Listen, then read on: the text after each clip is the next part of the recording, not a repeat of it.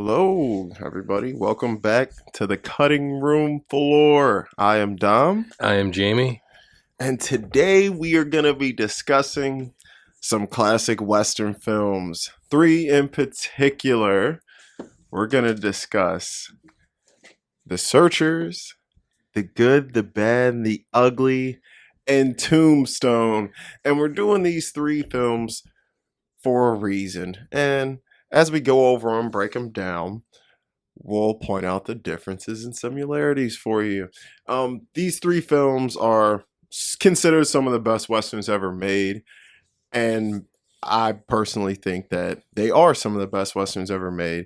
And a lot of people have their gripes with, these films for one reason or another. I think Tombstone is kind of undeniable, even though we'll talk about it when we get there. But I think Tombstone is a little bit undeniable. But people do have their problems with The Good, the Bad. People have their problems with The Searchers. But overall, I think they're undeniable as films. So before we get into that, though, we got to discuss some stuff we watched this week. So, Jamie, anything you watch that was good this week besides what we're discussing? You know what? I've really just been watching a British show called Miss Scarlet and the Duke, which takes place around the time the Tombstone takes place in 1882, but it's in England. You love your period pieces. Yes. I honestly I do. 'Cause see, my wife loves like Sherlock Holmes kind of things. Mm-hmm. So like any kind of Victorian era detective story, we usually end up watching and assessing and evaluating. And that's the newest one. It's on like PBS Passport, so you can PBS Passport. Yeah, Okay. if you to subscribe to it, you basically just have to pledge like a minimum of maybe like $5 to PBS. So then like they continue to get funding for public broadcasting. So you just make a donation and they let you have the subscription. Yeah, it's like $5 a month, and you get unlimited access to shows, and like all three seasons of Miss Scarlet. I can't even talk. Miss Scarlet and the Duke are on there, and you can watch all the episodes. And it's only like $5 a month. There's a lot of other things on there. We just watched a mini documentary about the first trained EMT paramedics in the United States out of Pittsburgh. Wow. Called Freedom House Ambulance. Freedom House Ambulance. It's incredible. The first one out of Pittsburgh. Like ever, or just out of Pittsburgh? It was the first one where the EMTs and the paramedics were actually trained to do like ER stuff on the street. Oh, so they were just winging it before. I guess they were. Based on the documentary, it was basically like cops would just throw people in the paddy wagon and take them to the hospital. Oh, and they probably die a lot. Yeah, apparently they did. And I know that's shocking because it was apparently without bullets being fired, and the police were killing them. But the thing is, like, a few doctors, including the guy who created CPR, because he was a doctor at one of the hospitals in Pittsburgh at the time, they trained these unemployable brown men, let's say, and women at the time to do these things, but they had so much training, like extensive, like 300 hours of training and all these things. Wow. And they like the first people to like intubate on the street, and they would do lines and do all these crazy things that now we probably take for granted, but they were the first. It's a really good documentary on PBS Passport, actually. Wow. Just watched that earlier today. Nice. All right. Yeah. Well, guys, PBS Passport, if you're interested in PBS programs, my man here, don't let him fool you. He tries to put it on his wife, but he loves period pieces, costume dramas. It's his favorite. Don't let him fool you. The superhero stuff, that's secondary. Trust me. Well, believe it or not, superheroes, they put on costumes. You know what? He's right. Yeah. So, he's always been obsessed with costumes. Always. I guess it makes sense now. How about you? What have you watched this week? Oh man, I watched some good stuff last night. It's Wednesday. My night. You know, yeah. So I watched the Buffy the Vampire Slayer movie from '92. Donald Sutherland, Donald Sutherland, Paul Rubens, Paul Rubens, Rutger Hauer. yep, Luke Christy Perry, Swanson. Christy Swanson, Yeah, who Luke is, Perry. bro, she's freaking hot, man. I didn't realize how good looking she was, and I was like, dang, that girl is cute.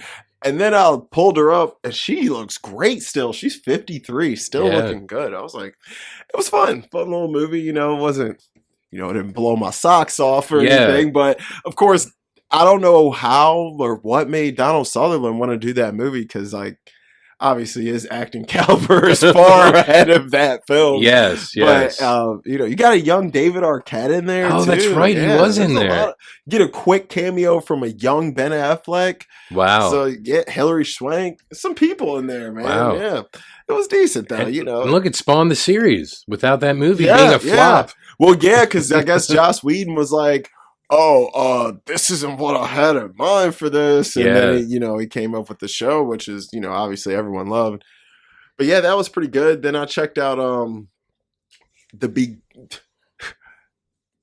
I'm not gonna discuss this. This is my streaming recommendation, so I'll talk about this one when we do our streaming recommendations. But then I watched Beverly Hills Cop. Oh, the first one. Wow. I hadn't seen it since I was probably like 5 or 6. Wow. And I didn't remember any of it, but it was great. It's fun. Like classic Eddie Murphy. I miss those old 80s Eddie Murphy movies. He was great. So that was a good one. But then I watched something crazy, man. You gotta check out The Fountain, bro. Oh yeah, you were. Yeah, so good, man. So is that the one with Hugh Jackman? Hugh Jackman and Rachel Weisz. Yeah, yes, it's great. It's great. I love Aronofsky. I know he's an acquired taste, but honestly, he blows me away everything I see from him. You still gotta watch The Whale, man. I do. Put a tear in your eye, real quick. I do love Brendan Fraser.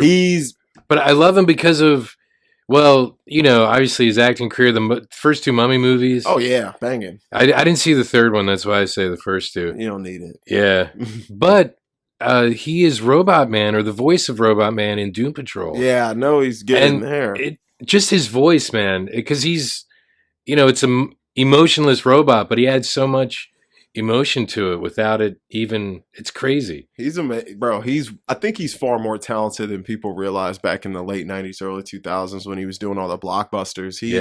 He has some skills. And The Whale, I was like, about halfway through it, I was like, just give the man the Oscar, all right? He got it. Just give it to him, man. Wow. So yeah, he was great. Then I watched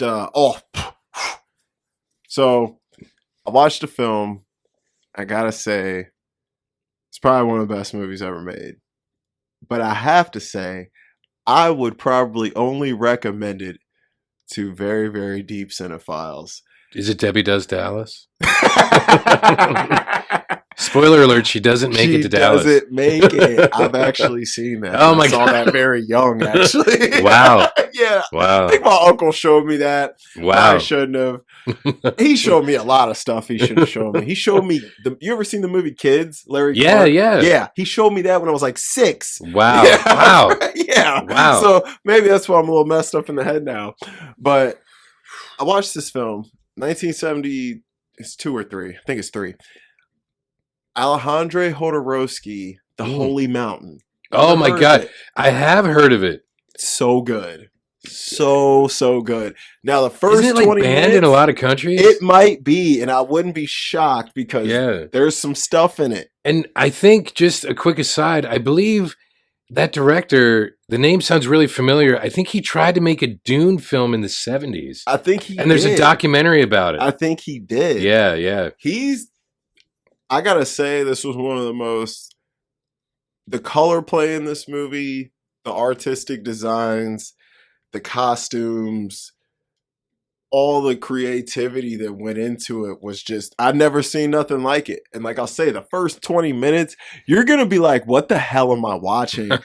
But once you get into what it's about and the characters actually start speaking, oh my Lord, I was blown away. I was sucked right in. I was like, and they just take some cool, the concept is so cool. And he just got really creative with the direction he took with it.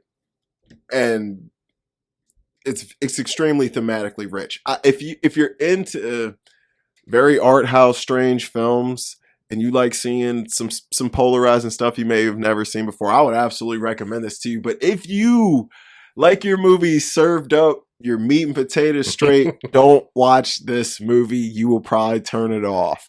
But I thoroughly enjoyed it. 10 out of 10. And then I'm not done because I went crazy, bro. I watched 7 films yesterday. Oh my God. Yeah, I don't know what's going on with me. Wow. So after that, I watched a great anime film called Wolf Children, 2012. Homura Hosoda, sorry. He's done some other good films I like, but I think this was his best one. It was about a mother who falls in love with a man who's half wolf, half human, and he can transform. He can turn it on and off. And they have children, and the children are wolves, but he dies. So she's left to raise these wolf children and figure it out as she goes. Wow. And it's a great, beautiful love story. All right. It was real sweet. Good family drama. Better than Twilight?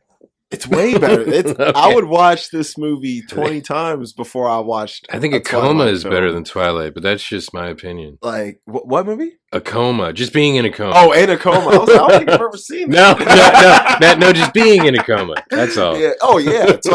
Well, listen.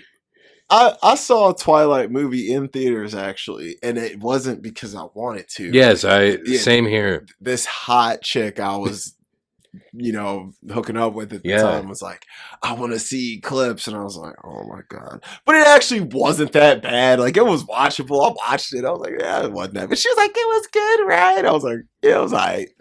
So, Best film ever. Best film ever. For tonight. I was like, next time, I'm picking the movie. I think I dragged her to see some art house film like The Tree of Life or something like that. Oh, wow. She didn't like it. But, yeah, I believe it. But then, last one I watched Interstellar 5555.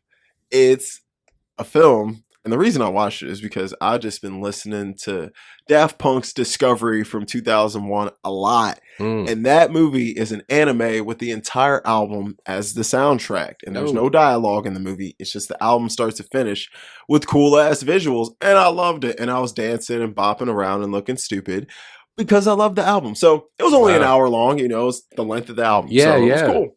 But so it was a long music video. It was a long ass music video. That's awesome. Exactly what it was. But it actually had a story. It was like this dude kidnapped this alien band and forced them to play these shows to make money and stuff off of them. So it was really cool, actually. Yeah. How they did it. That was action and stuff. It was pretty cool. I think I remember when that came out, but I never watched it. Because it sounds really familiar. From it, you'd be like, I've definitely seen the artwork from this. It's cool. It's cool. Wow. All right, guys. I know I sound like a freak. I watched 7 movies in one night. Yes, I did. Yes, I did. But that's my designated night, guys. All right. Let's get into these films. So we'll go in order by release like we do. Okay. So we'll start with The Searchers, 1956, directed by John Ford, starring John Wayne. Uncle Ethan. Oh my God, Ethan Edwards. Ethan Edwards. Jamie, before we even started recording, he had a lot of thoughts. So I said, hey, we got to stop talking and save it for the discussion. So I'll let you kick off. You say whatever you'd like. Okay. So The Searchers begins in 1868. Mm-hmm. So it's 3 years after the Civil War. And Ethan Edwards goes back to Texas. His family's from Texas.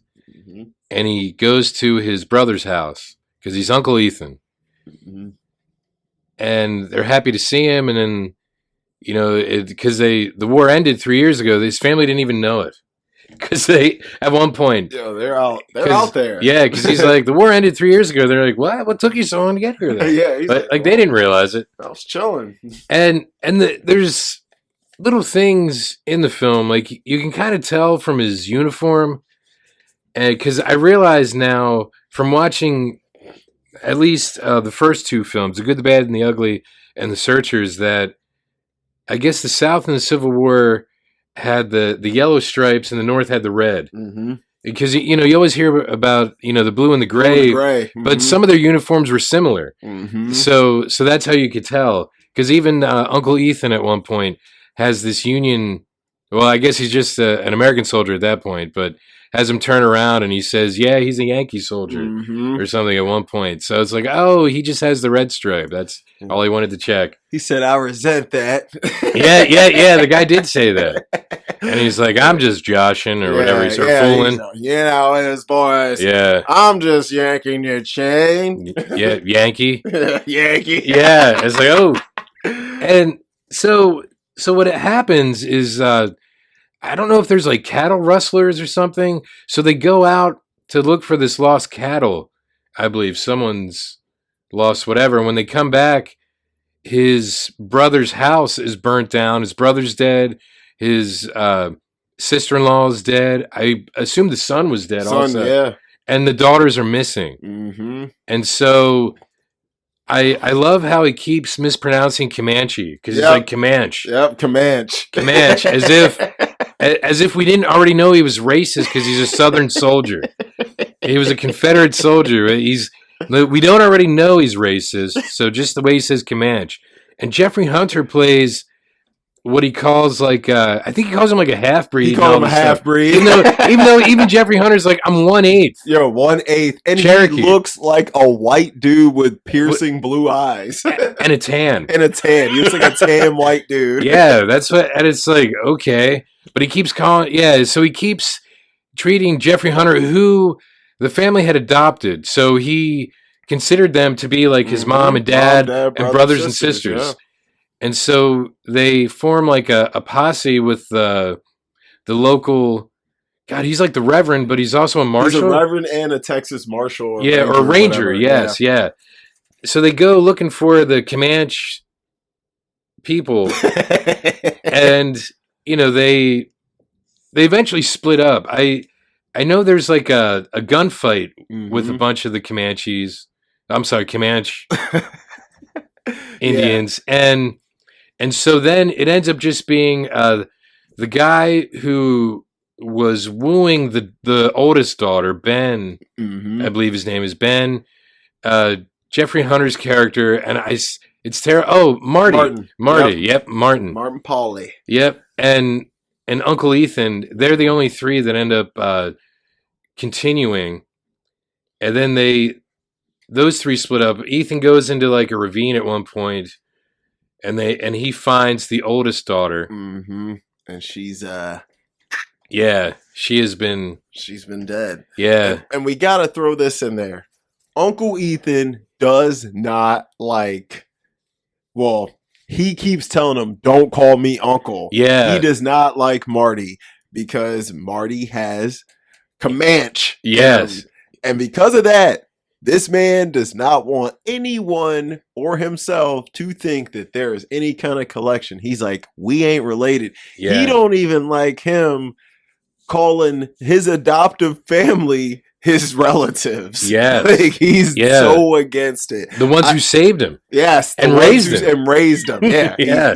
They ain't your family. Like, he's like, you ain't got no skin in this game. Like, yeah, I do, bro. Come on. And, he keeps slipping up and calling him Uncle Ethan because that's how he looks at him. But he does not reciprocate those feelings. So go on. Oh, yeah. So then the three of them continue on their journey, and then Ben ends up dying. Mm-hmm.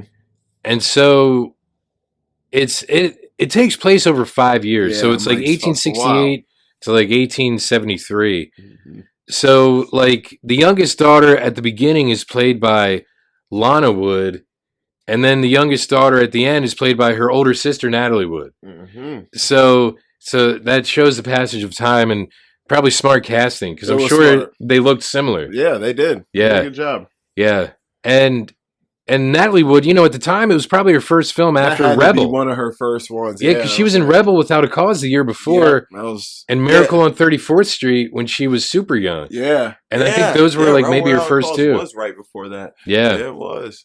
And she was great in all of them, man. So basically, they're on this journey. They go to these different places. It ends up being just Marty and Uncle Ethan. We'll put air quotes around Uncle. Yeah. And it's clues because they keep finding clues or hearing about things, and they offered rewards. Mm-hmm. And, you know, it's one of those weird situations where in order to save one person, they're willing to kill thousands. Mm-hmm. So, Yep. and that's one of the things I've noticed in any of these films. Like, in order to save a few people, we're going to murder as many Yeah, people as we can. bro.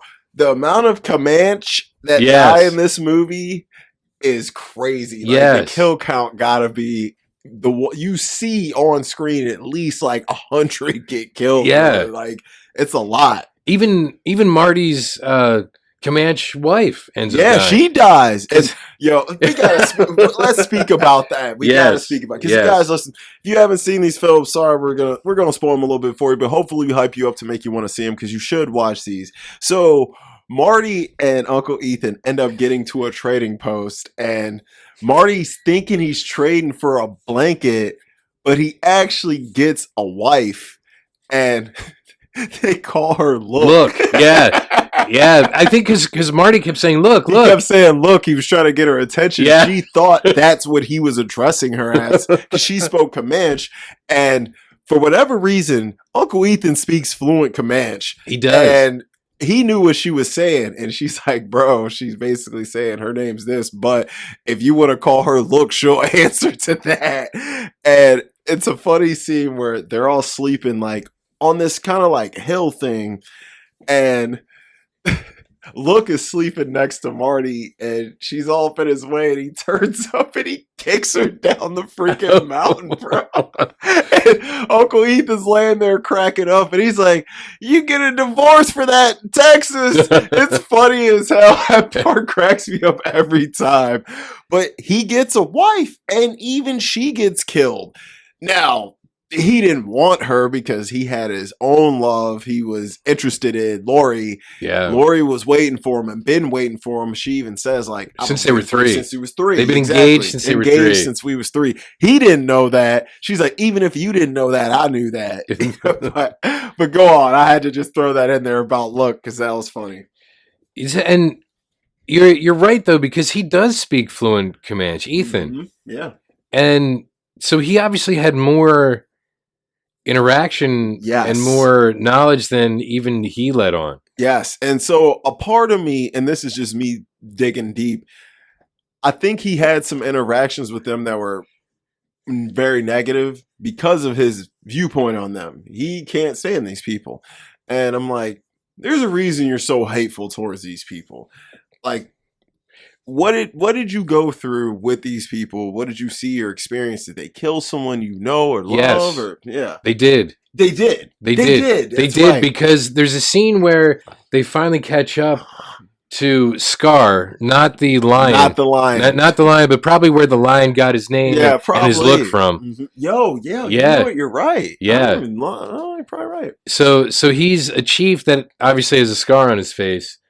They catch up to him. He's the one who took the youngest daughter, whose name I can't remember. Debbie. Yes, it is Debbie. He's got Debbie. Yeah, because Marty's like, Debbie, don't you remember me? He's doing his best like Jimmy Stewart. Debbie, don't you remember me?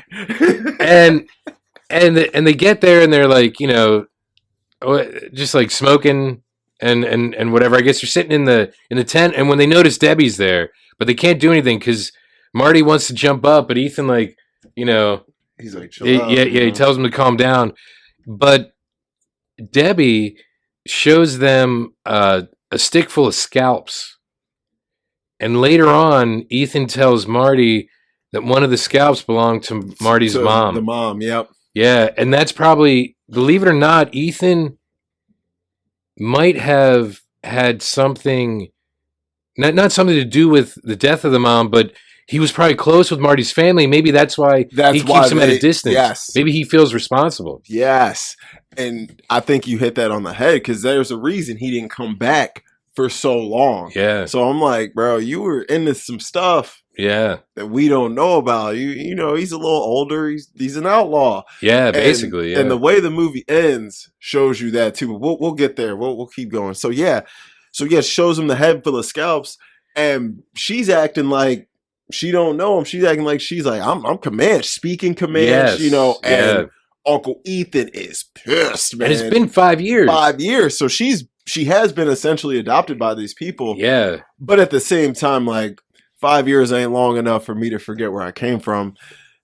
Even at an age as young as she was. Yeah. But she comes through and, Uncle Ethan wants to kill this girl. He does. Man. He does, because she's more Comanche now than she is white. Yeah, even though I think he even she's says that. still white. Yeah, because they show they go to some like military outpost or something at one point, and they show white women and children that were captured by the Comanche, and they show how they are, and they make it seem like they're totally gone mentally. Yeah. The chick playing with the doll. Yes. I'm like, bro, what the hell? Yeah, it's crazy. It's really just kind of propaganda if you think about it. Yes, that's kind of, and it's terrible. Like it's racist propaganda is what it is now.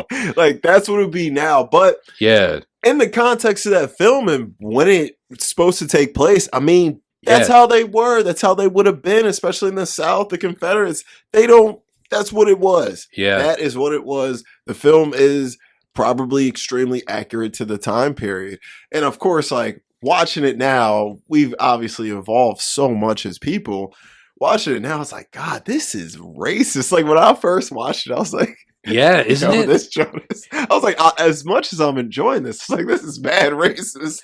And like, but I just had to laugh at it because I'm like, I mean, it is what it is. Like anything you watch that's going to have a historical context to it, there might be some racism, there might be some sexism, there might be some stuff in it that we don't agree with today. But watching The Searchers, I think the thing that doesn't sit well with people is knowing how the lead actor was in his real life translated onto the screen very well. Yeah. So we all know John Wayne was outspoken about natives. He had his opinions, which we're not going to discuss. If you want to know about what John Wayne thought about natives, you can look that up yourself. But he had his opinions and he was outspoken about them. And although I don't agree with anything he said, I just have to give him respect for being truthful and being real and kind of putting himself out there like, accept me as I am or not.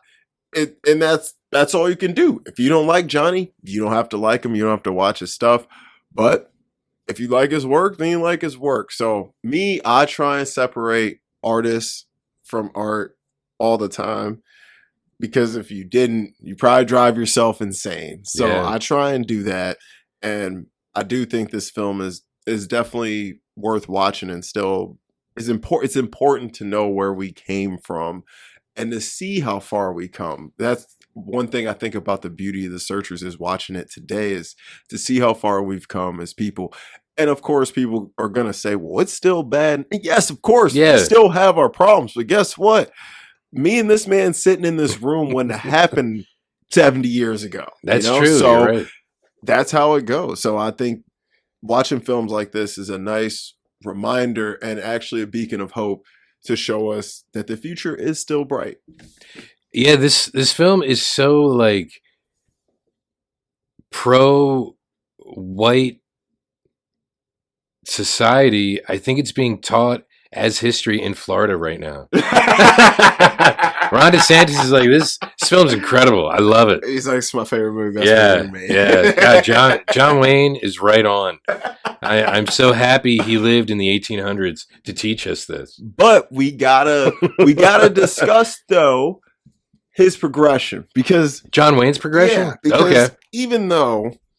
Oh, in the film. In the film, yes. In real life. No, yeah, in the film, yes. So even though Johnny was the way he was, as it goes on, he does grow a love for Marty. He does. You're right. He does grow a love for Marty, and he does look aside. There's a really great scene when you know it, I believe. What's it for you? For me, it's when they go back after they find Debbie, and they go back, and the woman who loves Marty is going to marry Festus from Gunsmoke. Yeah. Believe it or not, he played the drunk Festus on Gunsmoke, but he's younger. Yeah. Yeah, and then when Marty finds out, he's talking to her, and then the guy comes in, and they end up fighting. Mm-hmm. And the way that Uncle Ethan, is watching. There's like pride in seeing Marty stand Stand up up. for him. Yep, Yes, stand up for what he wants for his yes, chick. Yeah. and the way that he acts towards him in that whole scene, because the Rangers from earlier that they were with want to arrest him for not the Comanches they may have killed on the way, but the white guys Yeah, the they white they dudes. may have Yep. killed. They want to arrest them and all this stuff. And John Wayne isn't having it, but he's not having it for Marty either. Mm-hmm. So it's like, I think the first time he included Marty as part of his group, his posse, let's Yeah, say. he actually yeah. That was the moment for me. It was the moment when he wanted to kill Debbie, and Mm. John was like, "I'm done," and he willed all his stuff to him. Oh, that's right, he did. Yeah, that was when I thought, I was like, he does care about this dude, Yeah. because I think ultimately he left him a lot of good stuff, and he was like, you know what?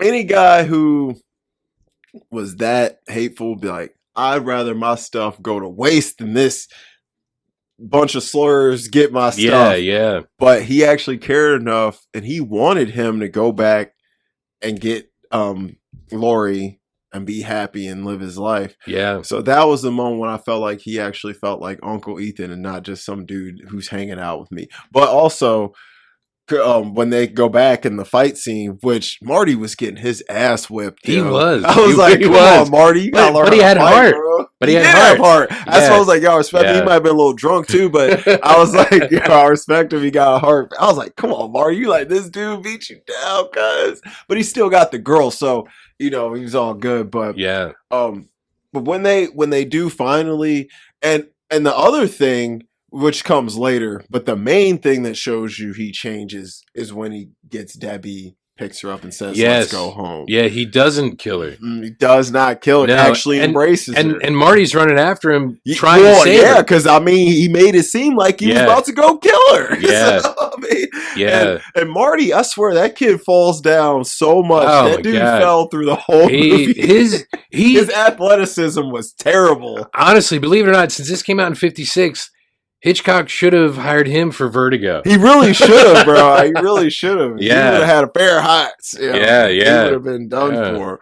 But I think the closing shot of this film, when Ethan's walking away, I think it's one of the best closing shots of any film, especially of any Western, because everyone's going inside and it's family time. Marty's got his girl. Yeah. Debbie's back. Everybody who's left is like, let's just build the home back up and make everything right. And Uncle Ethan's standing on the porch, right in between. The way he shot it, you can see, the aspect ratio, you can see just enough of the inside of the house, and it's dark, but then you got the sunlight beaming in from behind, and you see the planes behind him, and you see he's stuck right in the middle of like, where do I go next? He's at a crossroads. Do I hang up the gun and the hat and be a family man, or am I an outlaw? Am I a problem? Should I get away from these people to protect who I love? And you can see that confliction in his face. And like, although I don't think John Wayne is the most skilled actor, when it comes to Westerns, he knows what to do and he knows how to hit the right beats. And I think he had the perfect emote for what I think anyone in his position would be thinking at that moment. And I think it's just a powerful closing shot and a great ending to a cool adventure film. The Searchers is heavily influential. It influenced a lot of adventure films that you watch today. So if you think that, George Lucas and Spielberg weren't watching that when they were writing Indiana Jones, you're fooling yourself, I think that's a good way, honestly, to segue into the next film, The Good, the Bad, and the Ugly, because it's sort of, if you're looking at it as like bare bones plot, it is kind of the same. Like, it's a couple of guys looking for searching for something. Searching for something. Yeah, that's really what it is. And plus, beautiful shots of the desert. Yes, the cinematography, insane in The Searchers. Yeah. Gorgeous, man. Gorgeous. There's something about those 50s films after they started to do widescreen, Mm-hmm. like as CinemaScope, I believe it was Yep. called back then. After that, like movies became like spectacles. Yes, these beautiful. Yes, Yeah, like because if you watch like The Searchers or Shane, that's another one. Crazy cinematography, these wide shots, and yeah. these landscapes is beautiful. Like, and that's one of my favorite things about westerns. That's one of the things that attracted me to westerns is cinematography and scores. I love that stuff. I'm a sucker for that stuff. That's the cinephile in me that likes looking at that stuff on film, and that's one thing that I think draws a lot of people into westerns. Like they're beautiful. The Searchers is a beautiful film. It makes you just want to go out and explore, walk through the mountains, walk through the plains, and you get, and the beautiful part about that movie is it takes place over 5 years. You see it in the summertime, the wintertime. Oh, You yeah. get all the different seasons too. And John Ford did a great job of capturing this landscape so well. Like he knew how to make westerns look. He pretty much he's a pioneer in inventing the look of a western. Yeah, you're he's right. one of the pioneering guys. Because he started in the 30s, didn't he? Yeah, he's throwback. You know what I mean? Yeah. So yeah, he's been around.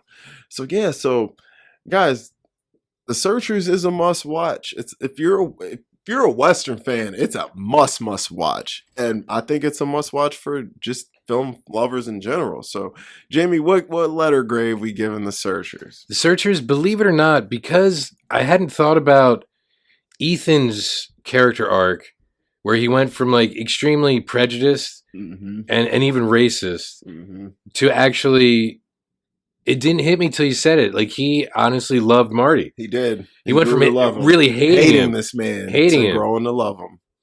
I would honestly have to give it an A, just because I realize now its value is in its racism and its hatred and how he overcomes that. Yes, that's one thing I love. That's what. Yeah. Because when I first watched it, I was like, man, this is.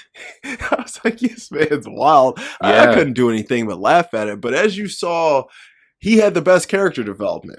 As you saw his character develop, you're like, wow, he's actually growing as a person, and he's overcoming his demons. And he felt like, I won't say he was a loveless man, but he was a I'll love you from a distance man. Yeah. And I think he grew to be an I can love you in your face type of man. So I definitely think it's very thematically rich and some strong themes about life and personal growth. And I think that's where its strength is, and over the action, over the cinematography score, any of that good Western stuff that we like in Westerns, I think that's where its heart really lies. I agree. So I'm going to also give it an A. On a good day, maybe even an A+. It's a perfect Western. So let's discuss one of my, not only my favorite Westerns, but one of my favorite movies. And one some people, they try and discredit because it's a spaghetti Western. The Good, the Bad, the Ugly, directed by Sergio Leone, 1966. I admit, I probably saw it when I was a kid because my dad loved these films. Mm-hmm. I didn't remember anything about it. So watching it for this, it felt new. Oh, that's great. Nothing better than that. And so how it begins is crazy to me because it introduces each character with like their own introductory segment. Mm-hmm. And so you see like the ugly, the bad, and the good all in separate situations, and then how they come together, how they separate again, how they come back together. And it all takes place 1862 during the Civil War. It's based around some real battles that actually happened. Mm-hmm. And I find that interesting because it's kind of like the Western version of Titanic then, like let's take historical facts and make a fictional story around it. Yeah. And I enjoyed this more than Titanic. Way more than Titanic. Yeah, I'm like, I mean, I hate to say it, Titanic is kind of garbage. Titanic is one of the most overrated movies of Billy all time. Zane's still great though. Oh, he's good in everything. Tombstone. We'll talk about it later, too. He's great. Of course, Kate Winslet, bro, gorgeous and great. And I'm a huge Leo fan. I'm a James Cameron fan. I'm a Kathy Bates fan. I like all the people involved in this movie. It's a beautiful movie, but it didn't need to be 3.5 hours. And I've seen it far too many times, and I'd like to admit, not on purpose though. It got overplayed so much. That thing would come on TBS back in the day for like 5 hours with commercials. And dude, my grandma sit there and watch the whole thing. I'm like, bro, just watch the 2-piece VHS. Yes. You know, like, jeez. It might be in that crate there. Yeah, I guarantee you it's in that crate. I'll be willing to put my life on that. I'm pretty sure it is now. I'm pretty sure I saw it already. Yeah. I'm pretty sure it's there. Anywho, we have a VHS crate. Yeah, I was just gonna say, it's like a treasure chest of just VHS films. But there's some gems up in there, like, and they're actually separated by genre. It's quite organized, like, and there's a working VHS player and TV right here. Like, we could throw on a VHS right now. Yeah, but. So go on. So we were talking about. It's a real historical events with a fictional story wrapped into it. Yes, and the story I found incredible because we were talking before we started recording. Like, Eli Wallach in this film is like a revelation, isn't he? He is. I think he was hella influential to a lot of villainous type characters later. I think a lot of people watched him. But in the end, was he really a villain? Like, that's what I'm curious about. I don't think he was a villain at all. I think he was a survivor. A survivor, yes. He just did whatever he had to do to survive in, the Wild West. Mm-hmm. Really. And you're a Mexican guy. Yes. So. And everyone hates you regardless. Everyone hates you. You were literally getting hanged multiple times. So it's crazy because it starts out with, these guys, these 3 men going into a saloon, and there's a shootout, and then you see Tuco. Yep. He jumps out the window. And then the other 3 guys are dead. Mm-hmm. Or you think all 3 of them are dead. The one dude isn't. Yeah, the one dude isn't. But so he jumps out, and as he's jumping out, I think this film also introduced a lot of things that we now take for granted in film. So, I think it freezes, right? And then it says it has the words. Yeah. So it's like a freeze frame, and then and then it goes into the story of who the bad guy is, introducing him and why he's considered bad. Yeah, and you see it right off the rip. Lee Van Cleef. Great actor. Love him. Escaped from New York. Oh, really? Yeah. Yep. He's like the dude who's commanding Kurt Russell to go in and get the president. But Lee Van Cleef is great. He's in a lot of Sergio Leone films, actually. He's really good in that film. Can't stand him. But that's a testament to his good acting. Yeah. He's a POS in that movie, man. So when you first see him, he's going to take a hit that someone paid him to go and get this guy. So he goes, gets this dude, eats his food first. Yeah. The dude tries to counterpay him for survival. It double pay him. Yeah. Still kills him, takes his money, kills his family, son, and his hot wife, dude. Yeah. And I'm like, dang, man, you're kind of evil. Then he goes back to the guy who hired him and kills him. After he gets paid. Yeah. So I'm like, okay. But it's because the other guy paid him to kill the other guy. Yeah. And he never leaves a job unfinished, as he says. Yeah. Which...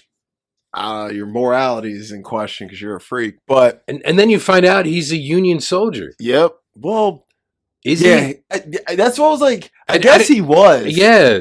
He just was he wasn't acting like it. No, but he was doing stuff on the side, and he was dressed like a regular cowboy most of the movie. Doing and regular. Then you find out later that he's a soldier who he has part of authority. Yeah.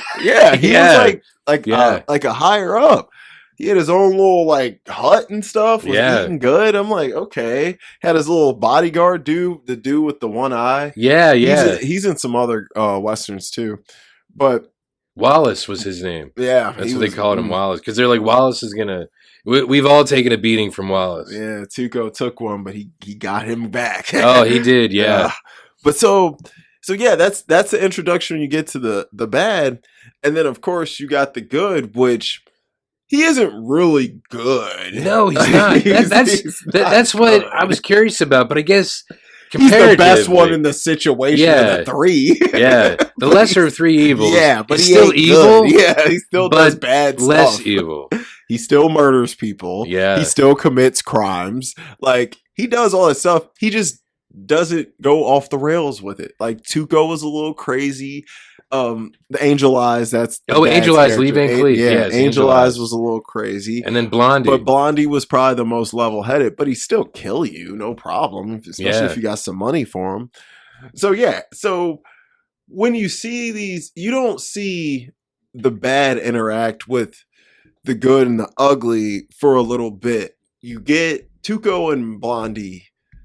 I don't even remember how they end up actually meeting. I think they actually just show them together. Yeah. Because they introduce the good with like whatever, because he ends up, does he save somebody, I think? He saves Tuco. Well, but is oh, that... no, he saves... I'm trying to remember what he did. Because I know he does save Tuco, but I think it's after they introduce him. Yes. So he saved that one guy on the street. There was it was like a cripple guy or something. But then... I don't remember how him and Tuco link up. I think they just show Tuco about to be hanged. Yeah, and I think that it's a thing where they just had this running thing, like they've been together. Like they've known each other for a little bit. Yeah, because epic poems, right? They have this thing in Latin, in medias res. They always begin in the middle of the action, and this is an epic film, so we're kind of there in the middle of it. And then you have to surmise, I believe, that they've been doing this because Tuco is a wanted man. Yeah. So Blondie hands him in, gets the reward, and then as they're going to hang him, he shoots him down because they have him sitting on a horse, and they're going to, whip the horse to hang him. Yeah, to hang him. And so he shoots the rope. So then Tuco just rides off, and then they split the money. That's their little deal. Hustle. Yeah. Which... It's not a bad hustle, especially for how much they were getting, because they were getting a few grand every time. And back then, a few grand was some money, so they were doing pretty good with this hustle. But Blondie sees the venture as a little less lucrative, and he feels like Tuco's value isn't going to get any higher than what it is, so he's kind of ready to move on. And Tuco feels like, bro, I want more money because I'm the one with my damn head in the noose. Yeah. And if you miss... I'm gonna die. And Blondie's like, yeah, but if that money ain't right, my aim might start getting a little shitty. Yeah. So they end up splitting up. And although the good is technically Blondie, Clint Eastwood's character, he's actually an asshole to Tuco in this situation, and he leaves him for dead. He does. Tuco actually didn't betray Blondie until... he did it to him first. Yeah. Essentially, when you see what Tuco does to Blondie later, I'm kind of like, bro, you asked for that. Yeah, it's just sort of the reciprocal of what Blondie had done to him. To you. Yeah. Like, I would have been like, look, hey, I'll at least give you a ride into town. Yeah. So Blondie, they break up essentially, and Blondie leaves this man for dead with nothing. And he... pretty much thinks Tuco's gonna die because he's out in the desert. There's nothing around. He got no horse, no nothing. But Tuco is the most resilient person that's ever walked this planet. That man couldn't die if he wanted to. Well, I think Blondie did call him... did he say that Tuco means rat at one point? Yeah, I think he did say it meant rat. So it's like, what do rats do? They just do whatever they have to do to survive. That's what they do. Yeah. And that's what Tuco does. He has nothing. He gets out of the desert and he gets everything he needs back. He goes to a gun shop. He steals some guns and some alcohol from this guy. And no, he leaves him the alcohol. Oh, no, he does. He takes a drink and then he leaves it to him. Big sip and leaves him. That's right. Yeah, because that's all the guy had left. Yeah. He took everything from the dude. He made a gun real quick, showed him how good he was at shooting in the back. I like when he shot the one thing and the old guy thought he missed and he stepped on the plank and it fell over. I was like, oh, he got it. Yeah. I was like, this dude can shoot. Then he goes up, doesn't he? Yeah, he ends up meeting up with some old dudes, some old friends, and they under a bridge or something, and he's making chicken in a stew pot or something. Yeah, I think so. And he's planning his revenge on Blondie with his homies. But as we know, Blondie is Clint Eastwood. Yes, yes, because they're the guys who. Yes, They're playing. He's like, hey, I want to go get that blonde guy, even though Clint isn't really a blonde. He's kind of like a dirty blonde, I guess. So some of his facial hairs were blonde. You could see when the close-up shots. Yeah, I guess so. I mean, because he always had a hat on. So he did most of the time. So you would probably base it on the facial hair. So Blondie is extremely skilled gunman. He's nobody, ain't no regular cowboy just gonna run up on him and put him out like that. And so Tuco, they find him, Tuco and his boys, and of course Blondie kills all of his friends. But because they come in the front door and Tuco's at the window. Tuco was smart. Yeah. Tuco knew. Yeah. Holding a gun on him. Yeah. So Tuco knew he was gonna have the front door covered. And so he got him through the front, and Tuco comes to the window and he gets him. And Tuco is vicious. He was gonna hang this man, essentially make him hang himself. Yes. And I'm like, dang. Well, obviously, when you're watching, Clint ain't gonna die at that point in the movie.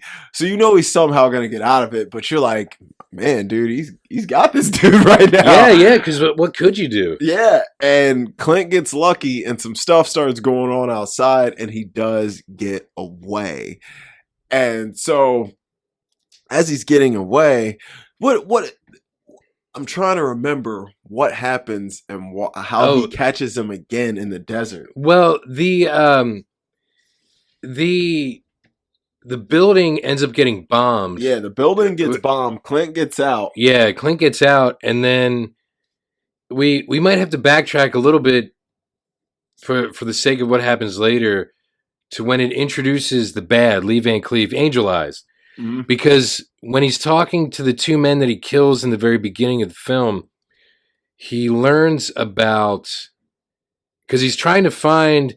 He's trying to find the gold. Yeah. Well, because he's trying to find a guy who the other guy wanted him to find, and that's the first guy he kills had the information as to what his new name was that he was going by. Yes, that's what it is. Because there was $200,000 missing, and Bill Carson is the alias that the guy's going under, and Bill Carson, so he finds out about it, and I think that maybe that's also why he kills the guy who hired him originally, because he now knows that there's $200,000 out there. And that's one more person who could F your plans up. So what ends up happening is the building explodes. Blondie gets away.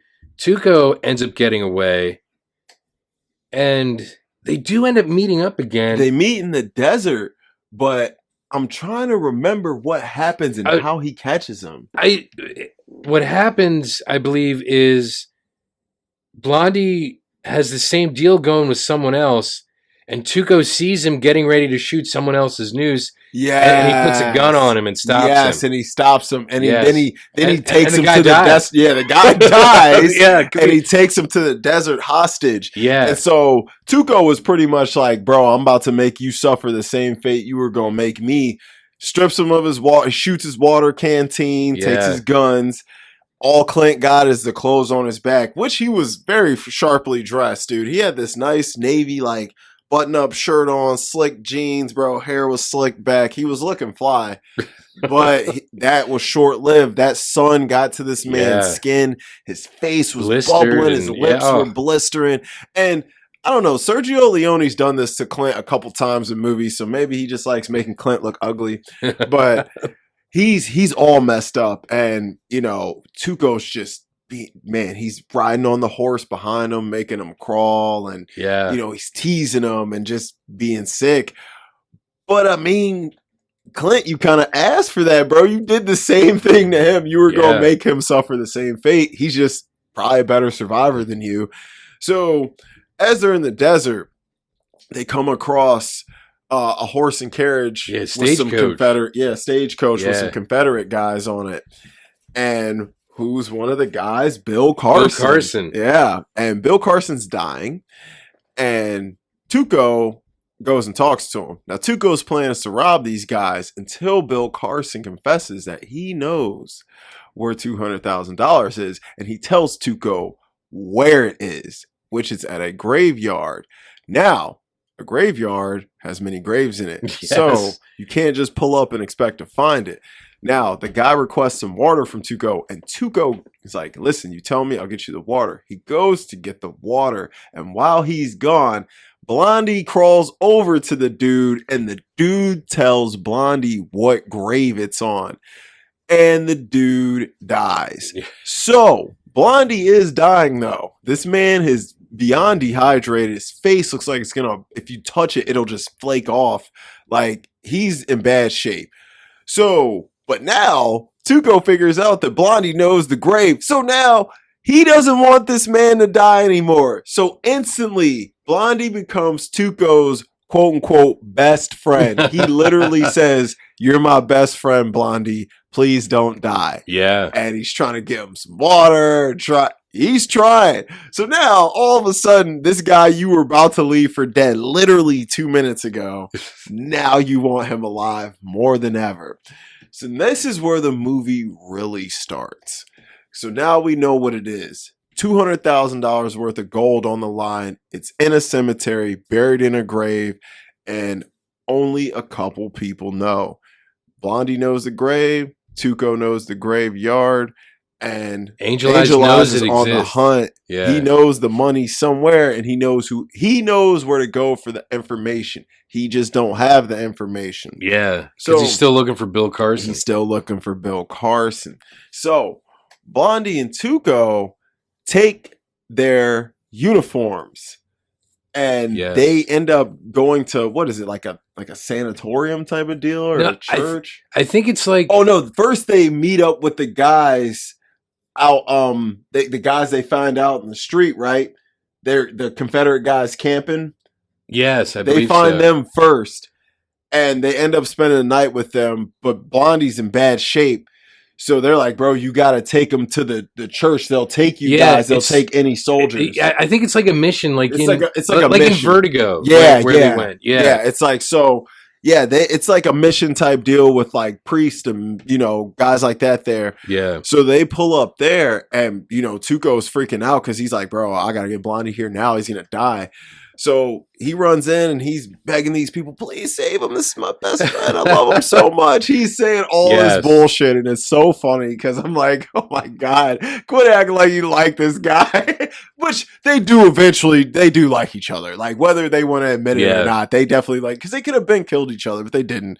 But so one of the guys taking care of Blondie ends up being Tuco's brother.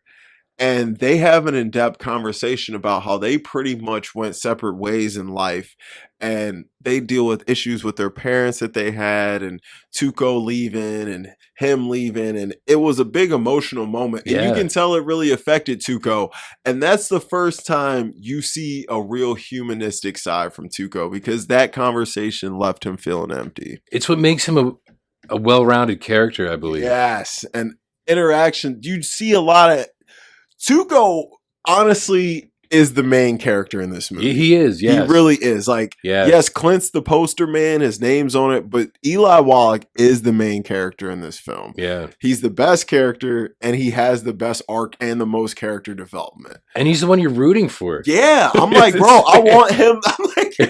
I'm not rooting for Clint. I'm definitely rooting for Eli Wallach. I'm like, if Clint gets broken off in the process, that's fine. I'm like, I definitely don't want Angel Eyes to get a fucking cent of that money. Yeah. I definitely didn't want him to do it. So after that, they get him good enough to go out, and he's getting better. His face doesn't look so bad, man. And then they give him some food and all that stuff, get him taken care of. And so they're out. They go out, and this is when they get captured. Yes, because they're wearing the uniforms, and they think they run into the Confederate guys, but it's guys. dust, and they're Union guys. yes, because Blondie says something about idiots. Mm-hmm. Because Tuco's like, hey, the Confederacy, yay, blah blah blah. And then the guy just starts patting the dust off his uniform, and it's blue. And they're like, oh shit. got us, bro. So, Yeah, so they get captured. They're prisoners of war. yep, they're prisoners of war, but it actually wasn't that bad for them. Like, the Union dudes were pretty cool to him. Like, the Yeah, one drunk dude, he was chilling. I mean, he was yeah, drunk, but he was yeah, chilling. yeah. But the beauty of what I like about but that's a little bit later. Sorry, that's later. I'm jumping ahead. They do end up meeting up with some other Union guys Yes, later. yes. That That's is later. later. Yeah. But so this is when the three of them finally meet: the good, the bad, and the ugly. So they get to this camp, and the Union guys, they got guys playing trumpets and doing weird stuff. But Angel Eyes is a Union, like, I don't know, a lieutenant general, Yeah, whatever. I'm something. not big on military He's ranks, high but in rank. yeah, he's high up because Yeah. he has his own little quarters and he's got guys under him and they do whatever he says. So he knows their uniforms they're wearing.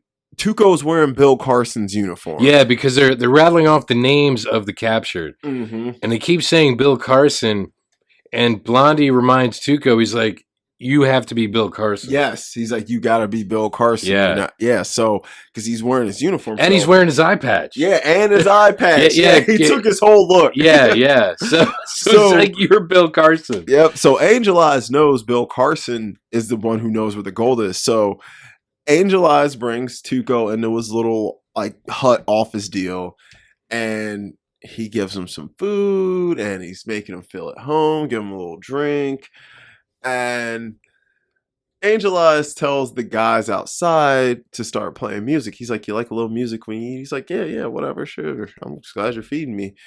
And they're playing music, and obviously they're doing this for a reason.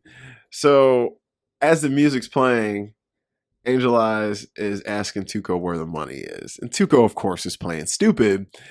And so the guy with one eye, this big old dude, starts beating the living piss out of Tuco, man. Yes. He's beating his tail, breaking stuff, throwing him all over the place. Wasn't he pushing his eyes in at He one was point? at one point, he was yeah. like, God, he was giving him some work. He was, man. He And was. I mean, this dude is way bigger. Tuco's not a big guy. Eli Wallach's probably like 5'5", 6", Yeah. maybe. Like, he's not a big dude. And this dude is huge. This dude was like the one guy in Yojimbo. That Yeah, huge, the massive freaking dude. big old massive dude. Yeah, Jimbo, we talked about last week. Yeah. Yeah. He was huge.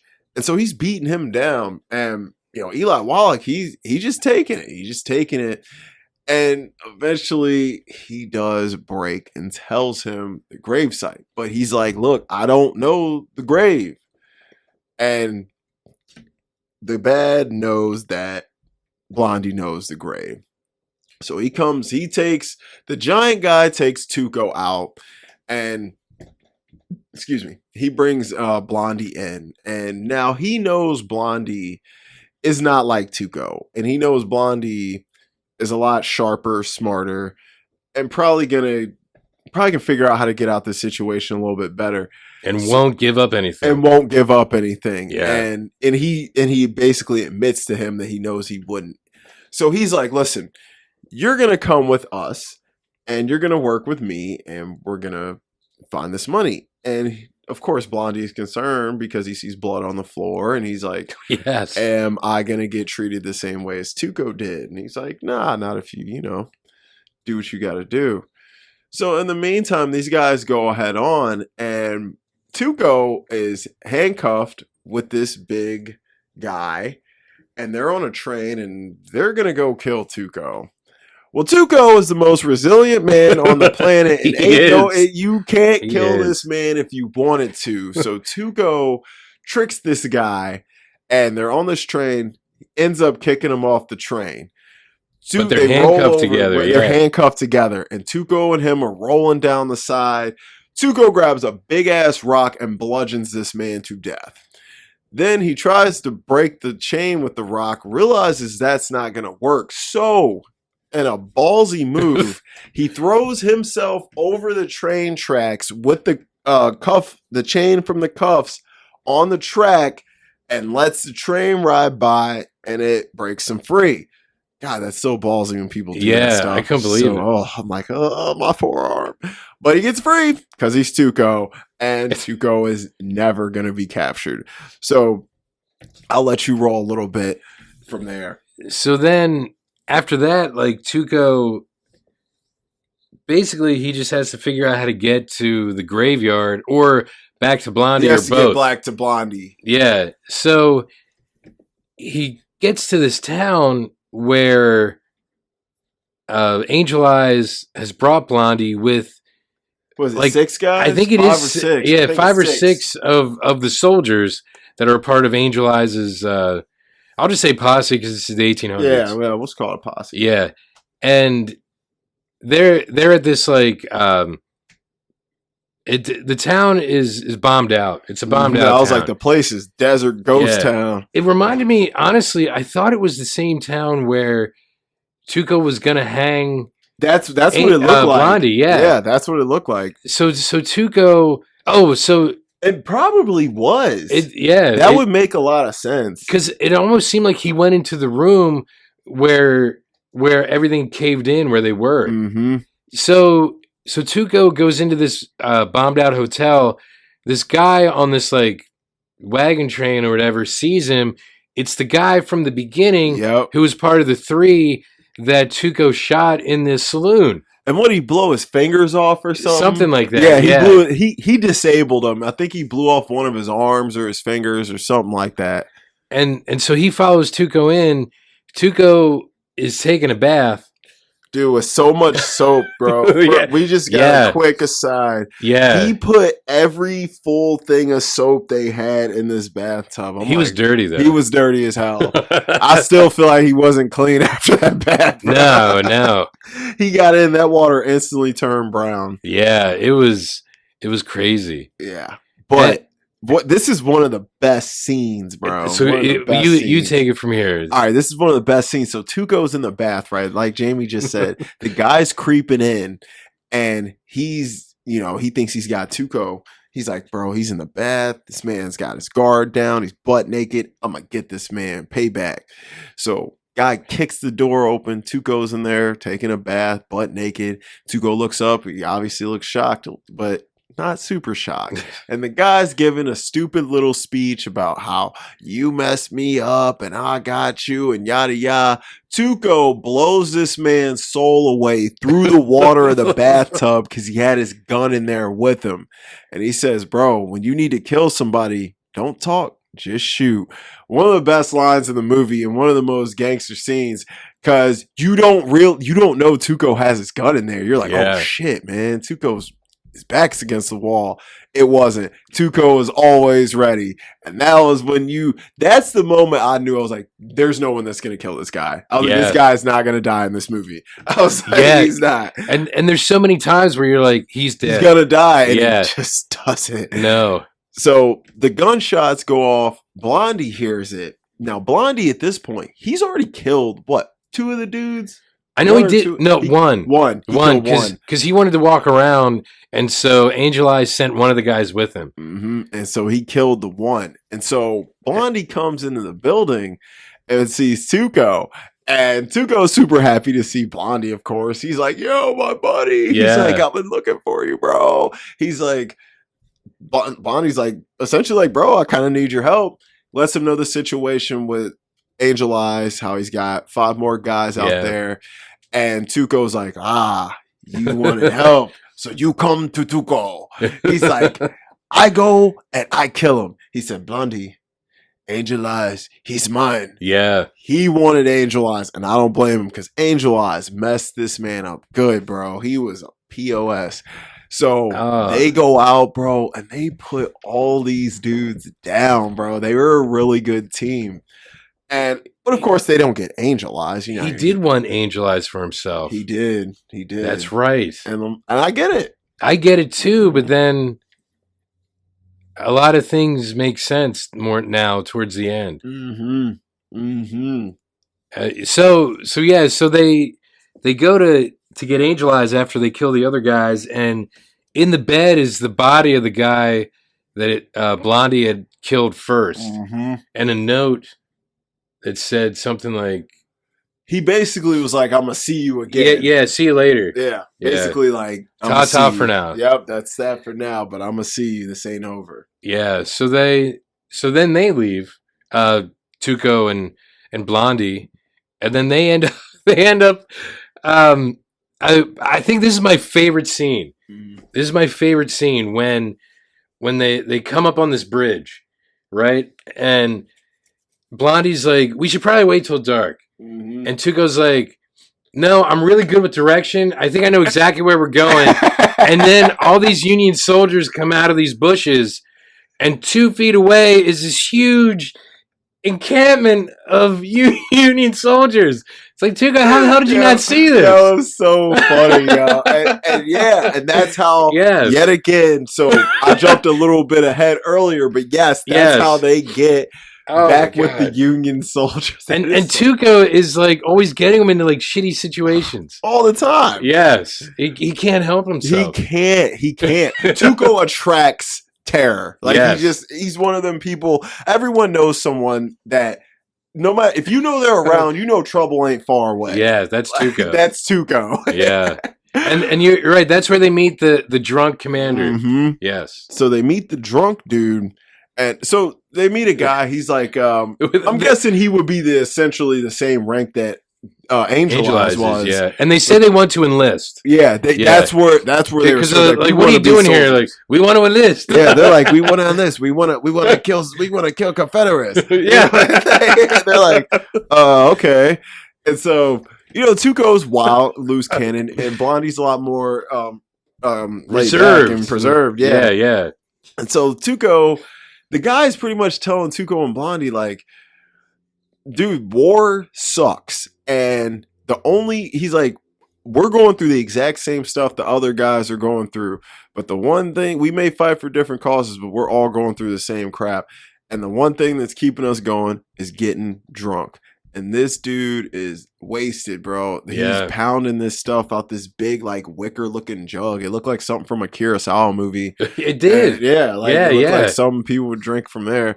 And he's drinking out this jug, and he tries to give some to Blondie, and Blondie's like, nah, I'm good.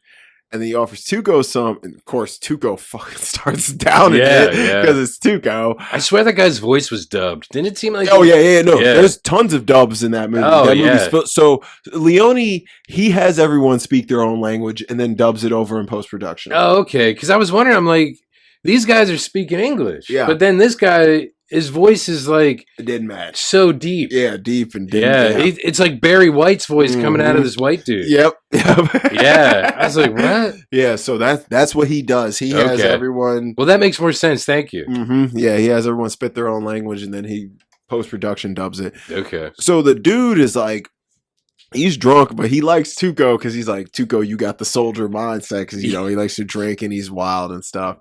And what happens to the dude? Does he get shot? Yeah, because there's a charge. Because there's a bridge that they can't blow up, and the Confederates can't blow up because it's the only way across the river. Mm-hmm. And so they end up having this charge, and they're fighting obviously the North and the South, and then they bring him back. They're like, this dude's hurt, and his big dream is to blow up this bridge, but he knows he can't do it. Yep, because both sides need this bridge. Yep. And Blondie and Tuco are like, they end up liking the guy. Yeah. And they're like, bro, we're going to blow up the bridge for him. Yeah. We're going to make his dream come true before he dies. And, they team up. They were a really good team. They They worked so well together because Blondie had the brains and common sense and Tuco had the balls to pull anything off. Yeah. So they worked really well together. So they blow up the bridge and you can tell they start bonding because they're ready to Tuco's ready to be like, yo, we should just tell each other our half of the secret. Yeah. And they're kind of like, I don't know though. Yeah. They still don't trust each other, but they fully trust each other. Just in case one of them dies. Yeah. And it's like, because one of us died, we gotta know. So it's like, it's like, I don't trust you, but I like you. It's like, I don't trust you, but I like you. Yeah. So, they camp after they blow up the bridge and all that cool stuff. And the bridge is the only way to the cemetery. It's the only way. It was a benefit to them too. Yeah. So because they had to get the forces away from the cemetery so they could get there and get the stuff. Mm-hmm. That's a very important plot point that I forgot. Yep. They had to blow up the bridge to get the Union and the Confederate forces away from the cemetery. Yep. So they blow that thing up and it gets them away, and they do tell each other their half of the secret. Now, Tuco tells Blondie his half. Blondie tells him his half, but it's false. Yes. And Blondie was smart because he is the smartest person in the movie. So Yeah. Blondie knew Tuco would betray him. So in the morning, Tuco tries to take off and go to the freaking cemetery by himself. Yeah. And Blondie starts shooting cannons at this dude crazy. And somehow he ends up in the cemetery. He does. Dodging cannonballs. It almost like put him there. Yeah, He chased him into the cemetery. Yeah. And like those things were going off. Like I was like, bro, he might kill this man. They were blown up. But right it's next to Tuco. him. It's Tuco. He can't die. Yeah. And Blondie smokes. Anyone who's seen a Clint Western, he's known for smoking these like little hand rolled like cigarette cigars, and he like holds them in the side of his mouth, and he's lighting the cannons with the end of the cigars, and it's super cool. Yeah. And so he's Tuco's getting blown up. He's not getting blown up, but like Tuco's, all around him. Yeah, all around him. Yeah. And next thing you know, he's in the cemetery. He's like, "Oh crap! What freaking name does he tell him it's on it?" Oh, Arch Stanton. Arch Stanton, that's right. Because it's the Sand Hill Cemetery. Yep. So he tells him it's Arch Stanton on the grave. And he goes running. Bro. Because it's a huge cemetery. Huge. I'll tell you right now, this is where the movie's unrealistic. Tuco wouldn't have found that grave that day. No, he wouldn't have found that grave. He would have found it maybe 2 or 3 days later. Yeah. There were so many graves. But I guess almost $250,000 make you go crazy. Yeah. Especially back then. That's retire for life money. That's like Rockefeller money back then. Yeah, dude. I'm like, that's like, you're good. Yeah. Like, hell, 50 grand back then. You're good. Yeah. So Tuco's running around like a madman, and he finds the freaking grave, Arch Stanton. So he finds it, and he finds this board, and he starts digging and digging and digging and digging. And of course, there's nothing in that grave but a dead body. Yeah, and who's standing behind him looking fresh as ever with the classic green poncho on? Oh, because he found it. That's right. He found it. Yeah. He found the poncho. Yep. And so you got Blondie standing behind Tuco, and he throws him a shovel. And he's like, "You ain't going to find that grave." And he's like, "Why?" He's like, "Because it's not buried in there." And he tells him where it's actually buried. It was actually buried. Wait. Because Angel Eyes shows up. He does, but doesn't he? No, yeah, he shows up before he tells him. Yeah, he shows up before he tells him. So Angel Eye pulls up and he throws another shovel. Yeah, and he's like, "Why aren't you helping him?" And he's like, "I don't dig." Yeah. He's like, what? He uses a phrase. Oh, he's like, "Some guys have loaded guns, some guys dig." Yeah. And he says this to him later, though. We'll get there. But that's one of my favorite phrases he says. So Angel Eyes expects Blondie and Tuco to dig this up and hand him the money. Yeah. Now, and that's when they find out it's not in the grave. It's not in the grave. Yeah. It's not there. So he's like, "How about this?" He's like, "It's not in that grave." He's like, "I'm going to take this rock and I'm going to write what grave it's actually in. I'm going to put it down here. Last man standing gets the rock and get the prize." Yeah. So this is when you hear the super iconic score that you've heard in so many Westerns after this movie.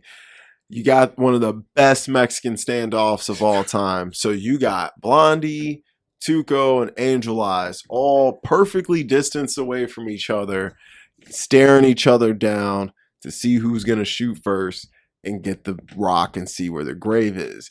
And the tension buildup here is some of the best. You can't beat it. And the close-up shot. The eye close-up shots, and they're just looking at each other, and you're like, especially with it. I'm so glad it felt new for you, because when you watch it for the first time, you're like, bro, just like, who is he gonna be? You're like, what's going on? And they build the tension just long enough to have you ready to explode. And when it happens, you're like, yo, because I'm like, I don't care who gets the money as long as it ain't Angel Eyes. I was like, he don't deserve it. He didn't put in any of the legwork for it.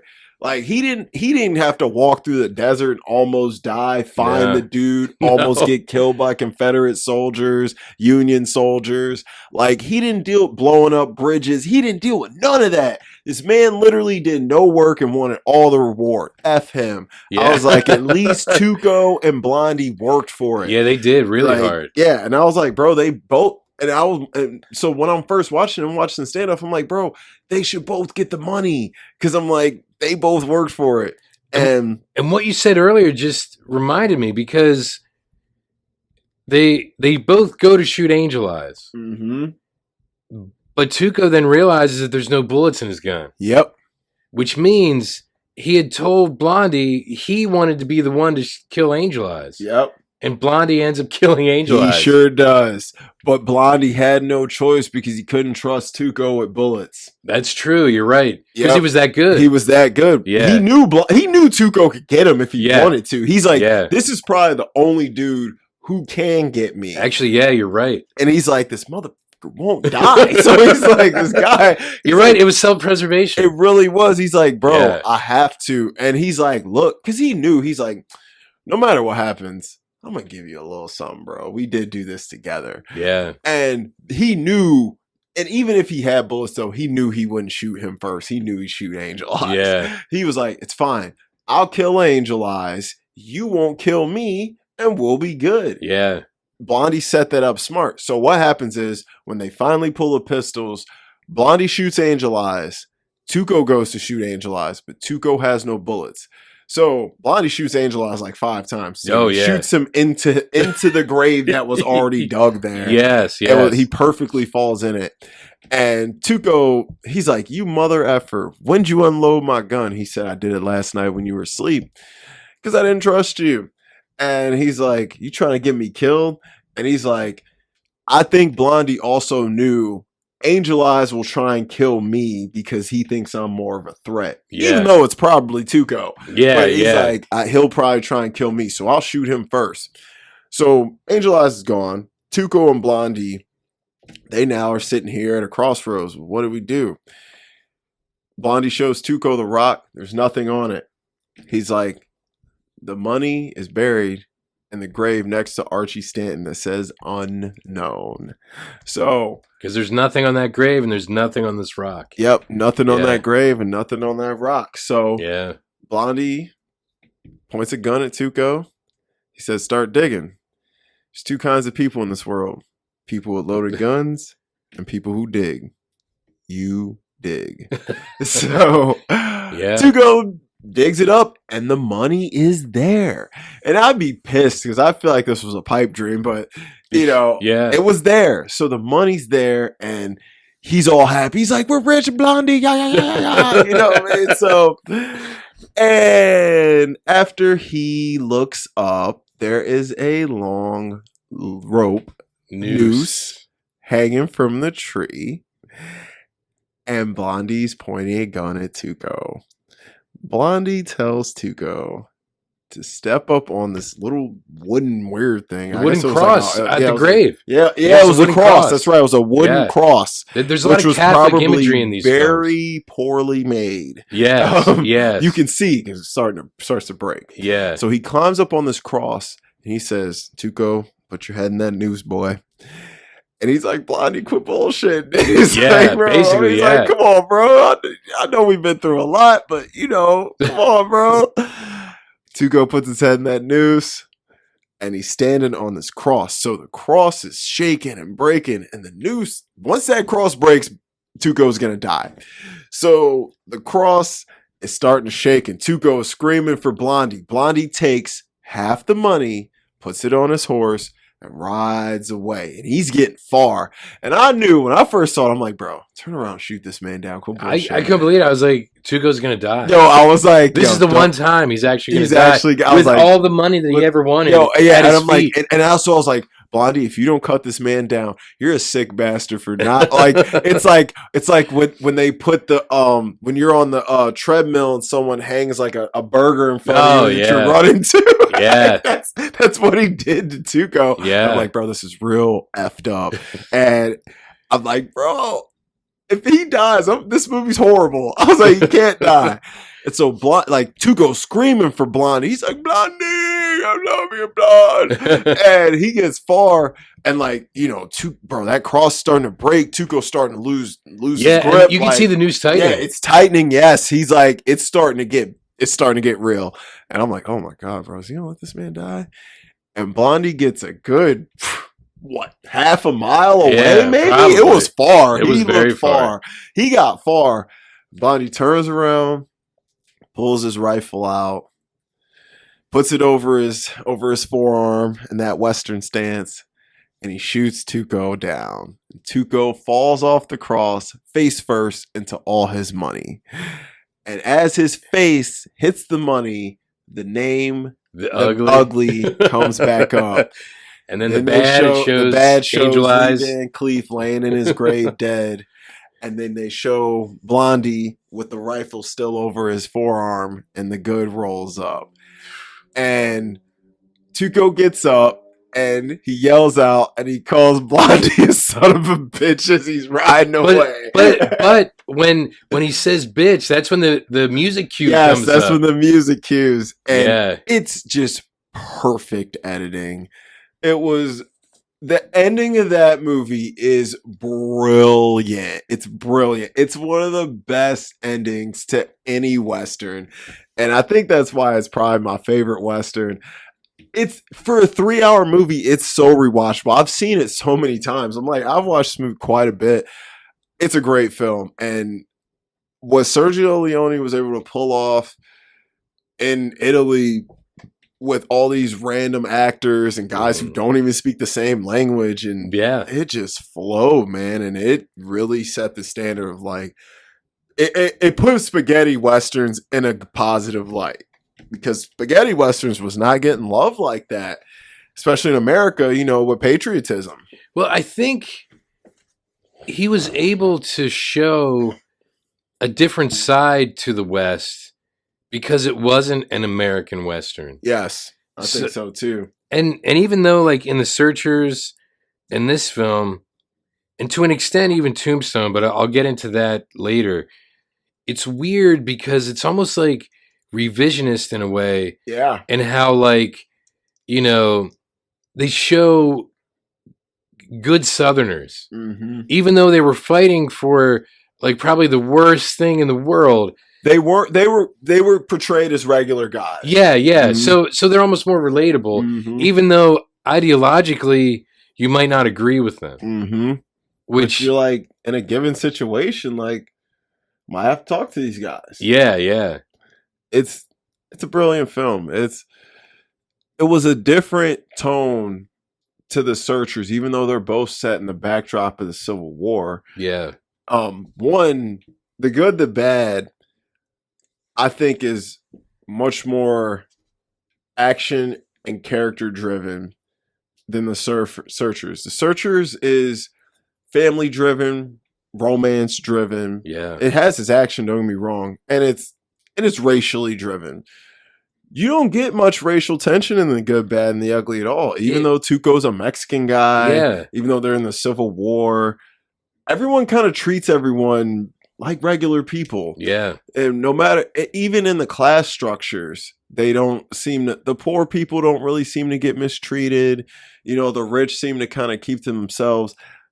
It's a different kind of film. And I think that Leone, not being American, maybe didn't understand how things really were, because I think The Searchers set a more realistic American tone of how people were towards others. Yes, yeah. But I think The Good, the Bad, and the Ugly, as far as an adventure story, because it is also an adventure story. Oh, yeah, they're looking for something, and just completely. Like in The Searchers. Yeah. I think, although what they were looking for in The Searchers was far more important than gold, the journey in The Good and the Bad is just way more fun. It's more of a ride. And I felt like Tuco and Blondie actually grew a lot as characters. And although The Searchers, John Wayne did grow a lot, none of the other characters really did.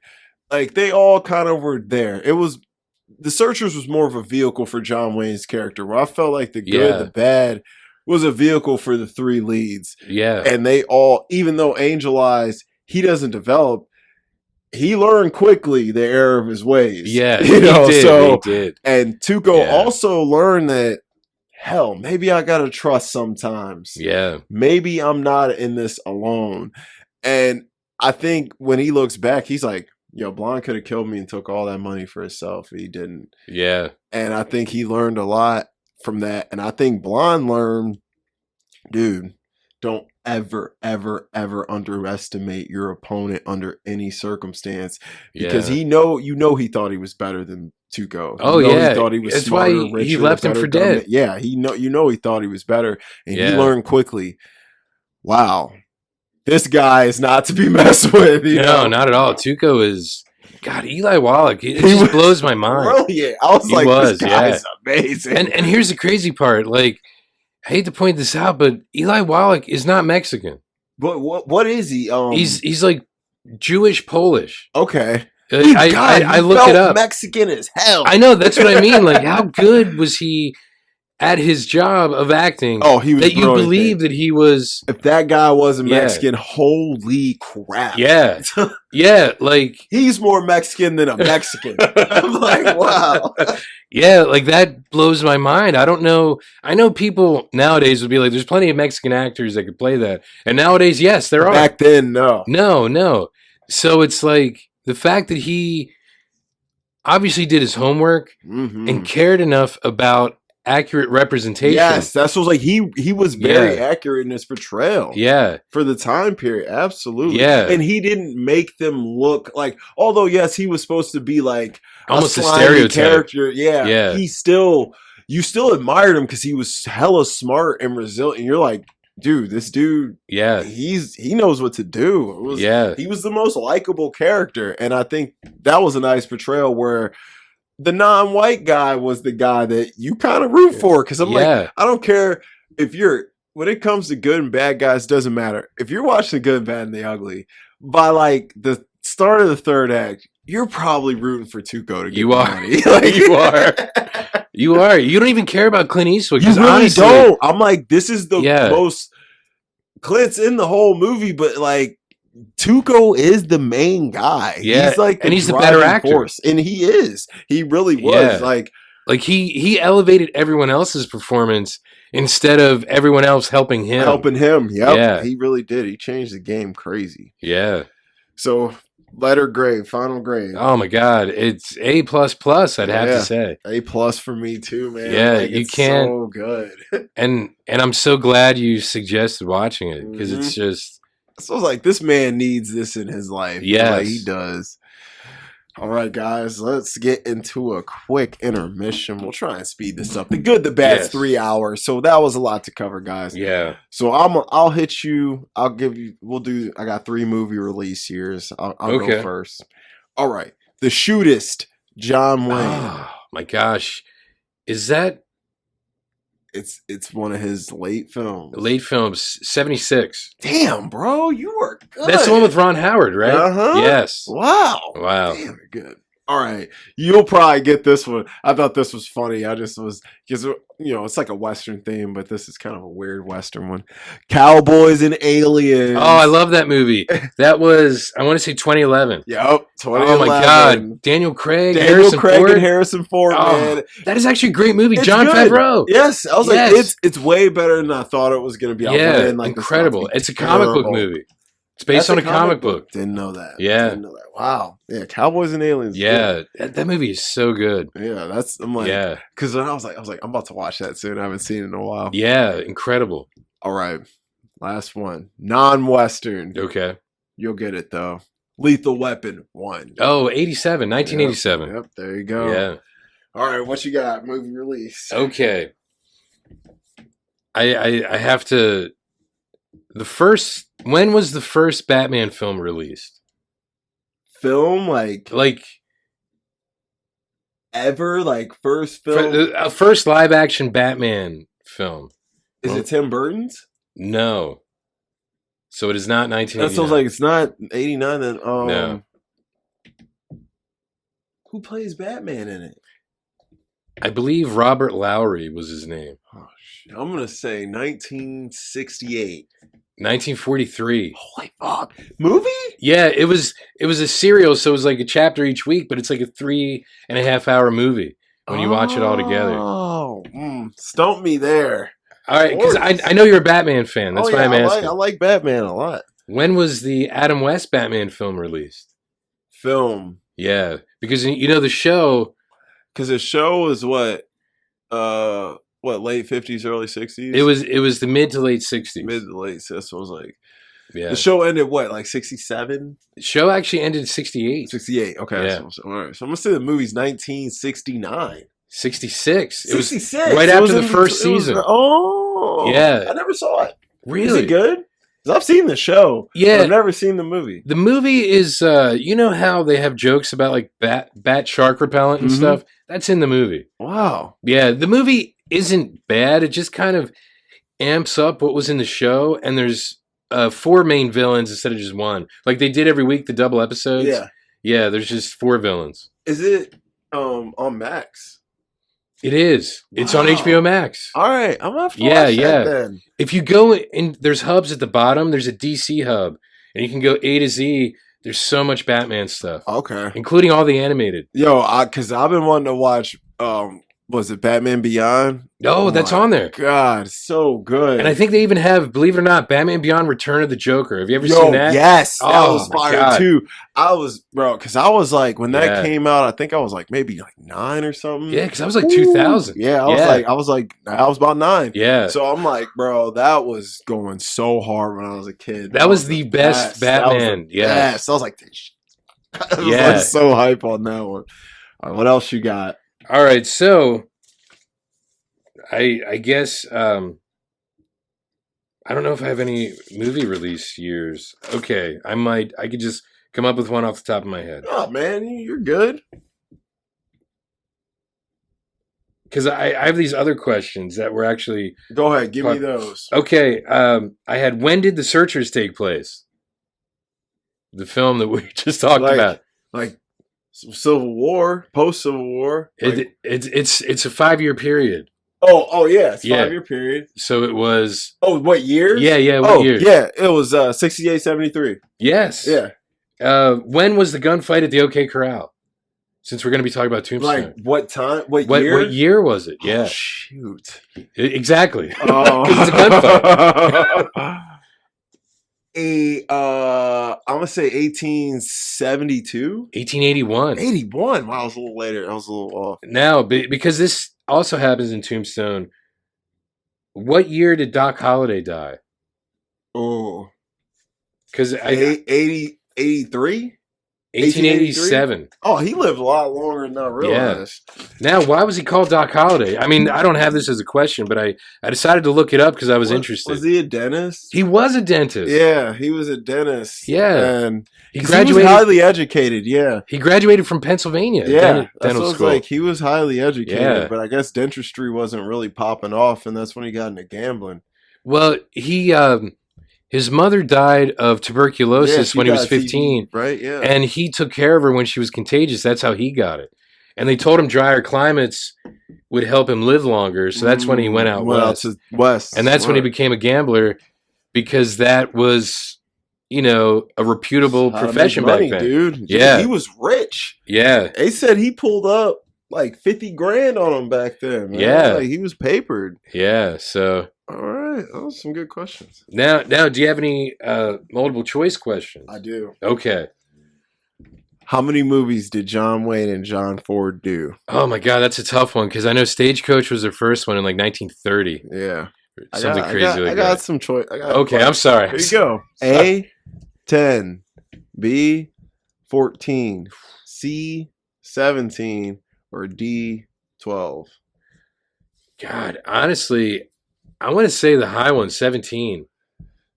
That'd be the next closest answer. It's B, 14. Really? Mm-hmm. I knew it would be up there just because they'd worked for decades. Yeah, it was a like long off time. and on with each other.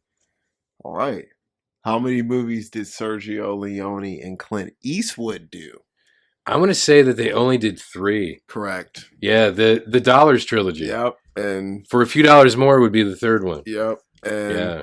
Or the second yeah, technically, but yep. since we talked about the other two. Because I guess Clint did not like Leone. Really? Mhm. That's the guy who gave him his He career. pretty much did, but I guess a lot of people didn't like him. I guess he was hard to work with, and But look at what he was doing, how innovative. And look, yeah. look, after ripping off Yojimbo, like he really, he was like, I gotta hit the gas. yeah, I was Because watching. like, bro, to come up with the good and the bad after that, And only 2 years later. yeah, I'm like, he had a plan. Yeah. He had a plan. And I think, and looking back on it, he was probably like, I'm going to make this Yojimbo remake as like an experiment. Yeah. See if these other as a things springboard. work. Yeah. Yeah, Mhm. yeah. All right. Random, not Western related, but I don't know why I picked this. Okay. What film kicked off the Disney Renaissance? Oh, what do you mean by Disney Renaissance? Like So the newer period, one? No, so the period, so the 89 and to 99. Okay, it would be The Little Mermaid. Correct. Yeah, I'm sorry. I just need to know the years. Yep. Yeah. That's the Disney Renaissance. Since that's period. coming out next week. Yeah, it is. Live action remake. Not excited for it, but Any of these Disney live action remakes? not a fan of any of them except Beauty and the Beast, and that's only because Emma Watson is so fine. But you know what? My God, Dan Stevens was great though as the Beast too. Yeah, he was. He was. I think everyone that was the one for me that came together the best. Yeah. But Beauty and the Beast is one of my favorites too. And I hate to say this, but Will Smith was great as the genie. Oh, he was in good Aladdin. as Genie. He was good as Genie. He was definitely. That movie wasn't bad. It was decent. He was the most enjoyable part for me. And I realize now in hindsight, like every time he would sing, right? Because it's a musical. Those Will Smith songs would really slap. Yeah, hard. They would. Ask Chris. That's right. Okay, now, what TV series did Clint Eastwood star in for 8 seasons? Oh crap. Okay, I have, it's multiple choice if you want. Okay, I definitely want that. Gunsmoke, The Virginian, or Rawhide? Rawhide. Rawhide, yes. I was like, I know this once I hear it. What series did Kurt Russell star in from 1963 to 1964? Have Gun Will Travel, This Gun for Hire, Gunsmoke, or The Travels of Jamie McPheeters? This Gun for Hire? The Travels of Jamie McPheeters. It was a Western TV show. It sounds Western. Yeah, but he was like a early teenager. Yeah, I was like, he had to be young because what the computer with the shoes or whatever was the later 60s. That was like I think. 69, right? Yeah, something like that. Yeah, because he was like Disney's #1 star, like in the 70s, and a child star who didn't go crazy. That's true. He's like the perfect example. Now, this isn't a Western question, Don't matter. but it's a Jeffrey Hunter question. Okay. What captain did Jeffrey Hunter play in the original pilot for Star Trek, The Cage? That's the name of the episode. Captain Robert April, Captain Christopher Pike, Captain James R. Kirk, or Captain James T. Kirk? Captain James T. Kirk. He was Captain Christopher Pike. Dang. And I only put James R. Kirk because in the next pilot episode, it had a tombstone that said that. And then after that, they made it James T. Kirk. Dang. But he was Captain Pike. Dang. The original captain on Star Trek. I might have to get my Star Trek game up because my Star Trek game is it's down. I do want to see what is it? The second Star Trek movie from back in the day. What is it? Wrath of Khan. Wrath of Khan. Oh my God! I want to see that. I heard it's great. Yeah, Ricardo Montalban. It's good. Yeah, it's really good. Do I need to watch the first one? No, because Star Trek: The Motion Picture is almost like a different. It was sort of like a reaction to Star Wars coming out. Okay, and then what I heard. And then people being like, "Hey, we're still here too," reruns and an animated series they had in the 70s also. But yeah, from 2 on, I would say 2, 3, and 4 are probably the best of the original movies. I want to watch Wrath of Khan. I've been hearing a lot about that one. Yeah. All right, what's your streaming recommendation? Oh, my streaming recommendation. I thought about some things, and I might just say what we were just talking about. HBO Max has Batman Year One, and Batman: The Dark Knight Returns Parts 1 and 2, which adapt like 2 incredible Frank Miller comics very faithfully. Frank Mills, man. Yeah, man. Because like I said, I know you're a Batman fan, so I was like, man, they should have made that movie. Oh yeah, dude, Frank Miller, and it's crazy because I mean, y'all saw Sin City. Yeah. So I'm like, I don't know why y'all wouldn't want to make it. Yeah, because he obviously knew what he was doing writing wise, Mm-hmm. and that would have been before Darren Aronofsky and Frank Miller were going to do a Batman Year One movie like 20 years ago That would have been sick. with Joaquin Phoenix as that would Bruce have been Wayne. freaking sick. But they ended up. I don't know why Warner Brothers didn't go with it. But then it's before Frank Miller did The Spirit. Did you see his movie The Spirit with like Gabrielle Mocked and I didn't see that. Samuel Jackson? I didn't see it. It's the same style as Sin City. Mm-hmm. The Spirit is an older comic book character from the 40s that pretty much influenced everything, but he was a comic strip. So it was like Sunday papers, like a full page each Sunday. Yeah. Yeah, his version of it isn't bad. It just showed that, like, what he, as a writer and even maybe a director, because I think he co-directed Sin City with Robert Rodriguez. With Bobby Rod. Yeah. Like what he would have been able to do. So yeah, we were robbed of it. But the cartoons are actually incredible. All right. The animated films. Something. Yeah, DC's animated films are stellar. They are. Yeah. I mean, you ever seen Batman Ninja? I haven't yet. Dude, it's awesome. It looks incredible. It's awesome. Yeah, it's like anime inspired, I'm right? a huge anime fan. Yeah. So like, I had to see it. It's awesome. Batman Ninja's on HBO Max. Or soon to be Max. Yeah, soon to be Max. Yeah, soon to be Max. Dude, it's great. Or maybe by the time this is out, Max. Max. That's what that's what I call it anyway. Yeah. It's probably the better name. Your streaming recommendation, I'm sorry. 1971, The Beguiled, Clint Eastwood. Oh, okay. It's on Tubi. Is it? Okay. So Tubi's that's incredible. Free. Yeah, Dude, Tubi. There's some stuff on there, man. Just a real quick aside about Tubi. You mentioned James Woods, I think, last week. Mm-hmm. One of the first things I think he ever did on Tubi is one of my favorite shows of all time, Welcome Back, Kotter. The first episode, he plays one of the teachers that works with Gabe Kaplan in the school. Wow. James Woods. And if you see him, you'd be like, I can't believe that's effing James Woods. Well, he's probably super young, huh? Super young and super 70s. Oh, wow. Like, oh, wow. Yeah. Like if you see him, you're like, what? But yeah, it's on Tubi. Okay. Yeah. Tubi's great, man. Yeah. But The Beguiled's a fun Clint Eastwood movie. It's like kind of like a revisionist Western thriller.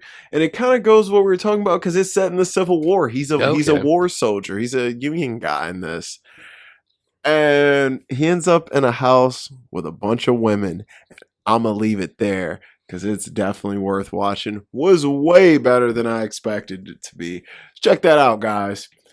All right, we're running up on time, so let's jump right into Tombstone 1993. Yes. So it's technically directed by George Cosmatos. Yeah. But technically, Kurt Russell directed a lot of this movie too. There's a lot of problems with this movie. They fired the original director. They got George Cosmatos. No one liked him. They had to rewrite a bunch of stuff on the fly. Like Kurt Russell was the only person who could talk between the actors and the director, and it was just a disaster. So the fact that this movie even came out, let alone being as good as it is kind of crazy. So, and who wasn't in this movie? Dude, everybody. I kept seeing so many people. The villain from the Avatar movies was in it. He was McMasters. He was the one guy that they kept letting go, and then he'd come back and try to kill him. Yeah, dude. What's his name? Stephen Lang. Yeah, he was the worst in there. His name, Yondu, is in it. Yeah, man. Like, you got, dude, Yondu and Ego from Guardians Volume 2. Like, you got Billy Zane. You got Michael Biehn. Oh yeah, Michael Powers Biehn. Booth. Yeah. You got Kurt Russell, Val Kilmer, Bill Paxton, Sam Elliott. Sandman from Spider-Man. I wish Thomas Hayden Church was in it. You got a quick cameo from Billy Bob Thornton. Yeah, that's right, because he's the dealer. He's the dealer, yeah. Yes. He slaps him in the face. Yes, and you get a great one-liner from Kurt Russell. You gonna do something or just stand there and bleed? It's a very Kurt Russell line. I feel like he wrote that for himself. Guys, Tombstone is probably the most bro-out Western that was ever made. It's it's first of all, it's it's technically a neo western. It's past the prime of westerns, but the cinematography isn't good. The score isn't good. It's like A lot of the characters are very flat and it's have like an no independent arc. film. Yeah, it feels like an independent film, Yeah. but somehow this is still one of the most badass movies ever made. I don't know how. It lacks a lot of the charm that, for me at least, is in a lot of westerns, but it's saved with Val Kilmer. Val Kilmer, for one, is Yeah. the Val Kilmer is the main reason to watch this movie. But hey, you got to give it to Michael Biehn too. Oh, He was yeah. great. I want your blood and I want your souls and I want them both right now. One of my favorite lines in that movie. It's just so quotable. It's the dialogue's very easy to get on board with. It's got good action. The costume designs are great, but a lot of the Western elements that we love in classic Westerns are not there. This feels like an action movie with cowboys. It doesn't Yeah, feel you're like a right. Western. It lacks Yeah. that Western feel and grit. The romance in it is horrible. Terrible. Terrible. It's because, his common law wife that is hooked to laudanum, like she used to be a prostitute, and then he's hooking up with another woman who's basically another prostitute. Another prostitute. Yeah. Yeah. And Kurt's like, I just love hookers. He's like, I can't. Yeah, I'm an oak, all right. Yeah, he knew. Yeah, and Val Kilmer knew he was gonna try and get at her. Yeah, he did. But Tombstone. Here's the thing. I'm gonna lay out the plot of Tombstone really quick because we don't need to break it down like we did the other two films. I think the other two films were more important to break down. Yeah. But Tombstone, the reason I wanted to discuss Tombstone is because Tombstone has such great themes in it, and it's still a Western, but it's a very different Western than those classic two Westerns we just discussed. Yet it is still considered one of the best Westerns ever made. And if you ask anybody who's like in their like early to mid late 40s right now, who are like probably like a teenager or like early 20s when Tombstone came out, they probably seen it a million times. Like, I've seen Tombstone a million times. It's so rewatchable, but it's not the best Western ever made. But my God, it's definitely one that anyone could watch and have a good time with. So Tombstone, real quick, you got Kurt Russell, Bill Paxton, Sam Elliott. They're brothers. They were lawmen in the town they were at before. They moved to Tombstone to make some money and start a new life. And of course, their old lawman ways can't escape them. So they try and save Tombstone from itself, essentially. Doc Holliday, Val Kilmer's character, comes into the mix. He's good friends with Kurt Russell's character, Wyatt Earp, who these are based on real people, by the way. If you know the story of Wyatt Earp, Doc Holliday, you can go ahead and look that up. There's tons of things made on them. Mm-hmm. But they get there and they pretty much start making money. Then they become lawmen and they put some law and order in a Tombstone. That's what it's about. Yeah, that is the basic story. That's the basic story. There's not a lot of crazy character development, really. Like, you get a sad arc with Val Kilmer's character. It's almost a revenge story. It's a revenge story, essentially. Yeah. It's kind of this, like, feels like it's just really shot on the fly. It feels like everything's so fast paced. They don't flesh much things out, but by God, it still works for some reason. You're right, dude. And it really only takes place in like one little small spot. They're in like three little buildings. Yeah, they go in the woods at one point. Yeah, and that's like it. Yeah, like this movie's so minimal. It's very minimal. You got these cowboys, right? And they all wear red sashes. And the funny thing is, the making of the film is like in the actual making, it really was like the Wyatt Earp gang versus the Cowboys, because like Michael Biehn and Powers Booth and all them, they hung out offset together. And Val Kilmer and Kurt Russell and them, they hung out offset together, and they did not talk or cross paths, and when they did, it was all animosity. But Michael Biehn said, he's like, it made the film more, brought it to life more when we were interacting with each other. So these cowboys have been terrorizing people and terrorizing the town. And so people are scared to walk the streets. And when Kurt Russell and them get there, they start growing a conscience because they're like, we're making all this money off these people, but we ain't helping them out. So of course, Sam Elliott wants to become the superhero, and he takes on the reins of the lawman, and then he recruits Bill Paxton. With great mustaches come great responsibility. Mustache game, costumes and mustache game in this movie is on 1,000. Okay, it's great. Everyone's Western gear. Kurt Russell has one of the best mustaches of all time. Yeah, he was looking fly. He was looking fresh, man. Him and Val Kilmer were fresh in this movie. Even though Val Kilmer's dying, looks like he's on drugs. Yeah, he looks horrible. He's sweating the whole time, bro. He's really pale. But by God, if that's not the smoothest dude you've ever seen in a Western, man, I could quote that man all day from this movie. Val Kilmer is the reason to watch this film, guys. He really is.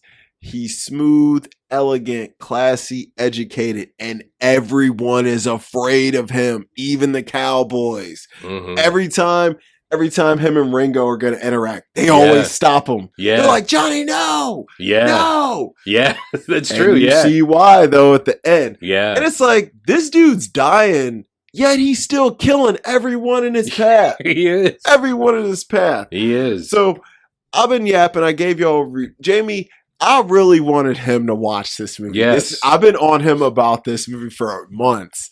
So now that you've seen it, I want you to tell us what you thought about it and how you felt. I like the way you describe it, because that is basically the film. The film is, these guys roll into town, and then they just kind of like kick ass and take names. That's basically what it is. Very basic plot, guys. Yeah. And, watching it, I couldn't help but see, like, obviously all these young actors that I remember were young. They were younger because it's like 30 years old now, the film. But I actually did enjoy it. I've not been much of a Western fan, but obviously the ones you have me watch, I'm like, I love these films. Yeah, I'm like, so I was like, I'm gonna put you on some.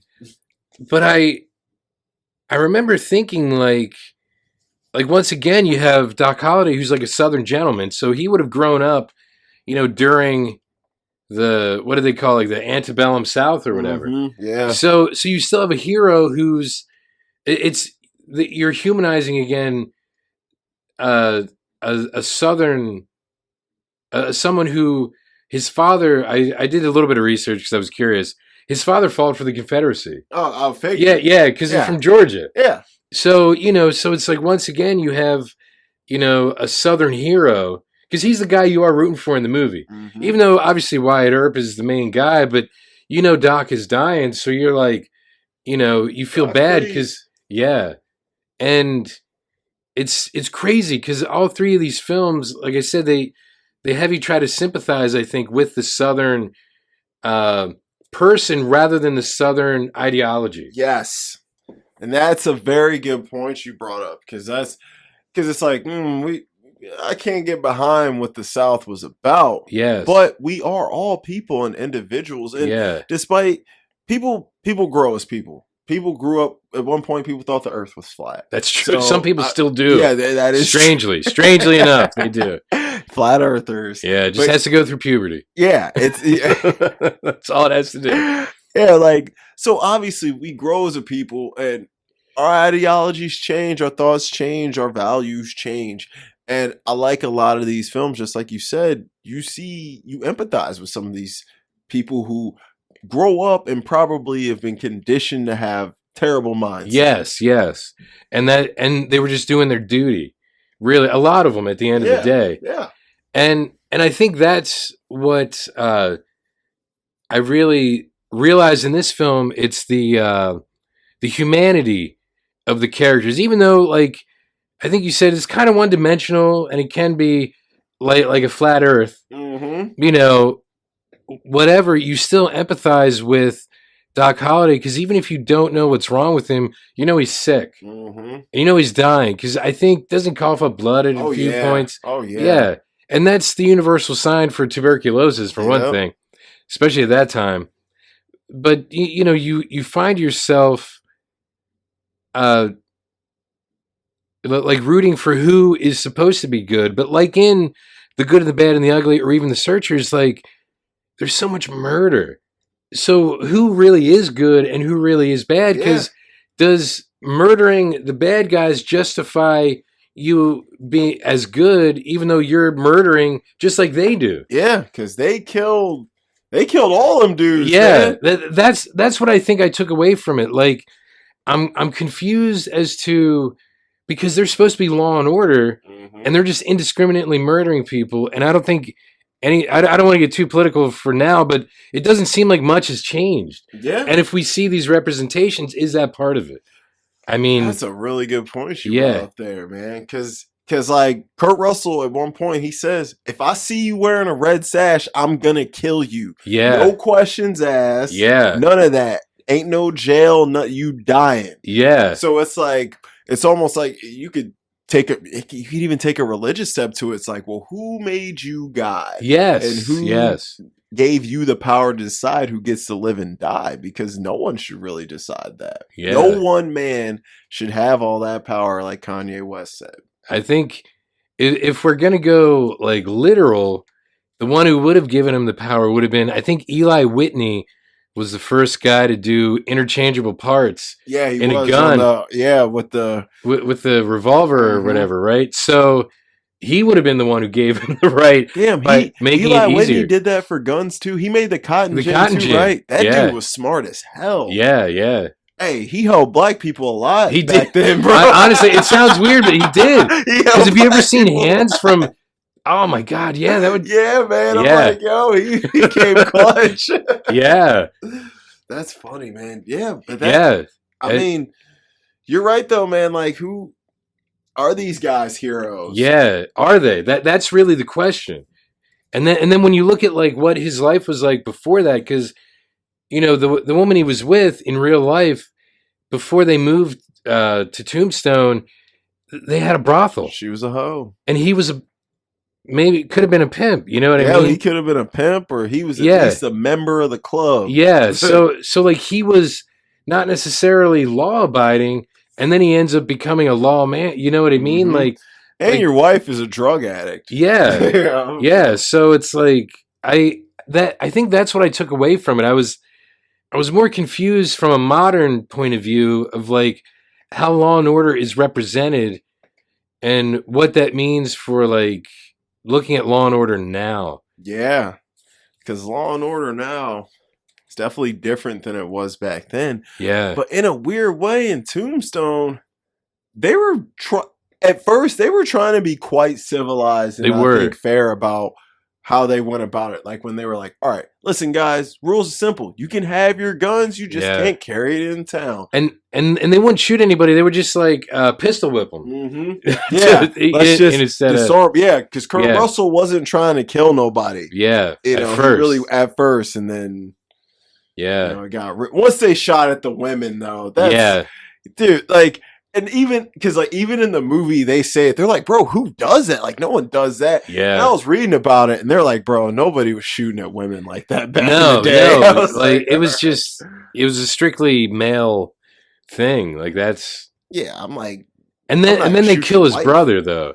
And that's when it becomes a revenge story. yeah, and that's when it leads to one of the worst and cringiest scenes in film history when Kurt Russell's out in that rain, and it's only raining on him and not the rest of the town. Yeah. Looks terrible. And he's not really getting wet either, is He's he? not really getting wet. bro. Yeah. He stayed quite dry in that scenario, bro. Yeah. And then the scene at the end when he meets up with the chick and they're dancing in the snow, that Ugh. was cringy. I was like, ugh. Oh, it was I was terrible. like, there's some, that's what, like, it's not a perfect film. And a lot of people are so wrapped up in the performances and the action that they overlook a lot of the errors and flaws in the film. And that's okay because there's movies like that I'm enamored with too that I'm like, bro, I don't care what. It's that good. And like Tombstone, I'm on that team too. I love Tombstone. I could watch Tombstone anytime, but it lacks a lot of the Western stuff I love. Like the sweeping landscape and yes, everything. man. The It lacks cinematography. cinematography is not there at No, all. There's no. like none really. It's just Yeah. filming. You're filming scenes. It That's could have been an really what it episode of feels like. Gunsmoke. It's a long like R-rated version of the episode of Gunsmoke Yeah, with, basically. with a cool adding character that really stole the show. Val Yeah. Kilmer, he definitely takes. I'm gonna tell you right now, without Val Kilmer, we wouldn't even be talking about Tombstone right now. I can agree. We would not. He's Yeah. a scene stealer, a show stealer. He felt more like Wyatt's brother than Bill Paxton and Sam Elliott's characters did. You know what? You're right. He did. Yeah. They didn't feel like his brother. They felt like friends.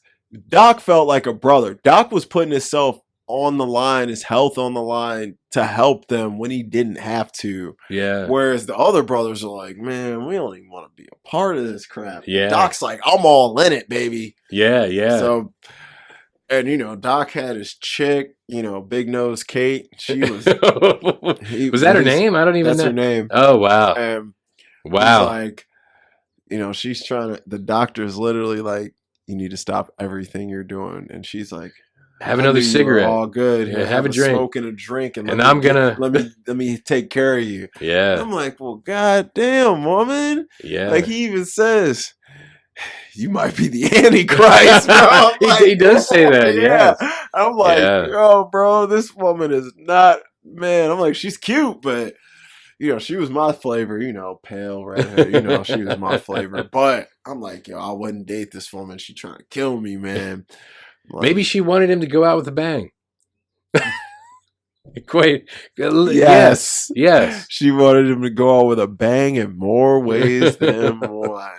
And you know, back then though, if I'm Doc Holliday, I might say F it and just live fast and die young. Yeah. People didn't live long back then. Yeah, because he was only 36 when he died anyway. Yeah, I'm like, bro, I might just ride to the wheel. F it, bro. I'm gambling, drinking, smoking, banging hookers or whatever. And at that point, he would have had TB for 15 plus years. Yeah. So like 20 years. So he had already beat the odds at that point. Yeah, he really. Yeah, that dude should have died at 21 at the latest. Yeah. So yeah, TB was killing dudes, man. That sucks, man. It's crazy. Like I'm glad the TB shot quite works well these days. Yeah. You know, they give that to you when you're a kid. But Val Kilmer, so I'm gonna talk a little bit more. If you ain't seen Tombstone, just watch it. It's a fun little quick bang 'em up 2 hours. You'll have a great time. If you're a cinephile though, you're gonna have notes. You're gonna have critique notes. And that's totally normal. But Val Kilmer and Kurt Russell is the reason this movie flowed the way it did. Kurt Russell, so they pretty much fired a lot of people. There was major conflicts with the director. Kurt Russell pretty much ghost directed a lot of this movie. Him and Val Kilmer stayed up long nights rewriting scenes and really, they both did. Mm-hmm. Wow. And they both contributed a lot to getting this film done. Kurt Russell, being the stand-up guy he is, sacrificed a lot of his own lines, screen time, and glory in favor of Val Kilmer's character because everyone believed so strongly in his character, and they were like, dude, he's gonna be the vehicle to drive the film. Everyone involved understood what it took to make this a good film, and people, I think, were unselfish about it. And I think that is beautiful that a lot of these actors in this movie, we're not talking about first or second timers. We got some heavy hitters with Val, Bill, Kurt, Sam Elliott, like we got some heavy, like Michael Bean, like dude, even Powers Booth. Yeah, I was like, he was great in there, and he's actually a good actor. He's a really good actor. He was great. Curly Bill, when he shot the old dude, I'm like, oh, smoking opium, going crazy. And here's the thing, you could tell when he shot him. Even he was surprised. Yeah, he was like, oh shit, I shot this guy. Yeah. He was high as hell. Yeah, he was. I mean, I ain't never smoked no opium, but I'm guessing you get probably pretty high. Yeah. I mean, you're probably might do something you don't mean to. I don't know. Yeah. I ain't never done it. But I feel like all the actors, they took it serious. They played the roles best of their abilities. Everyone gave a good performance. You know, I know I'm speaking Val up, but if you watch the movie, you'll know why. But everyone was good, and everyone says, this is just from my own research, everyone says Kurt Russell is the reason this film got finished. And I think it was Val Kilmer went as far as say he's one of the best men I ever met. Wow. And he seemed really selfless in making this film. And I've always been a Kurt Russell fan, so I'm not shocked to hear stuff like that. It just makes me like him even more because he is a great actor, and I think he's transcended through the decades. 70s, 60s, 70s, 80s. My lord, 80s, 90s. Kurt, come on, Yeah. and even now, he's having a resurgence. He's been working with Tarantino. Oh, They've yeah. done some awesome stuff. The Hateful Eight is great. Freaking Death Proof, man. That movie's awesome. I don't care what nobody says. Death Proof is freaking dope. Hell, even his little part in Once Upon a Time in Hollywood's great. Like, I love Kurt Russell, and I'm feel awful about Val Kilmer right now and what he's going through. Yeah. I would love to see, like, when I watch Maverick, I really was hoping to get a nice Val performance, but it was good to see him in there. You know what? It was a nice Val performance. Yeah, though, it was, because it was honoring him without forcing him to try to be the Iceman or whatever. But it was still him. Mm-hmm. It was honoring who he is now. Mm-hmm. And who he was. Yeah. So it kind of, I think it balanced. It was a good balance there, because then he didn't have to try to do something that he couldn't do. Yep, he was great. Yeah. But guys, Tombstone is, I look at it like it's a newer movie. It's the 90s, and post 60s, I can't think of a ton of great westerns that came out. Obviously, there were still westerns. Only like Clint Eastwood westerns. Clint Eastwood really. westerns. Pretty much all the 70s good ones were Clint. And I think Josie Wales was 70s. I think Pale Rider. There might have been one Paul Newman one. Was he in the Judge Roy Bean? Yeah. The Life and Times of Judge Roy Bean. Yeah. So I'm maybe pretty sure that was him. So maybe one Paul Newman, but mostly Clint Eastwood. Yep, mostly Clint. He was pretty much the only thing in westerns, and then I think Unforgiving, being as big as it was, kind of sparked a resurgence a little bit, and I think Tombstone wouldn't have been able to even get made without Unforgiving coming out and sweeping up at the Oscars.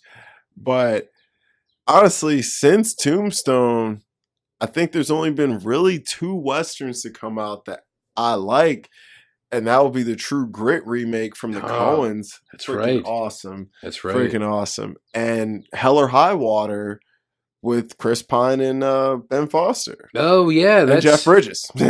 That's right. That movie's awesome. I love that film. And we talk about Logan, though, being basically Logan's a Western. See, like, Logan's a Western, of course, and there's other, like, hell, Solo's like a full Western. Like, oh, my God, Solo, it is. That's You're a right. Western. Like, there's Westerns to come out.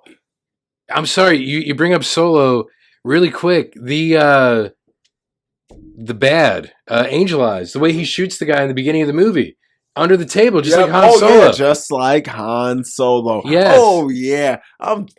George was probably watching that. He was like, let's go ahead and take that too. Yes, that's what I thought of when I saw that. Yep. Yeah. That's awesome. So you're right. Solo is a Western. It's a Western for sure. So yeah, a lot of we have Westerns that come out. There Will Be Blood's a Western. What's the other one? No Country for Old Men. Yeah, those are all Westerns as well. But like, when you think of like Western, like cowboy hats and horses and stuff like that, like the beautiful cinematography, all that, like True Grit's really the only like one I think that I've seen at least. Oh, and the assassination of Jesse James. Oh, by the coward. That one Robert too. Ford. Yeah. So I'll give those to True Grit and that. I almost forgot about that one. But other than that, like, I mean, you had Django. That's a Western. Yes, Django is a Western. Tarantino did a couple. He did Django and The Hateful Eight. Those are Westerns too. So you got some. The Hateful Eight is good. I don't love it. I do love Django. And Django is a Western without a doubt. But man, it's like Django that goes a little deeper for me. That's a personal love. But we're not in a time though where we're getting Westerns anymore like that.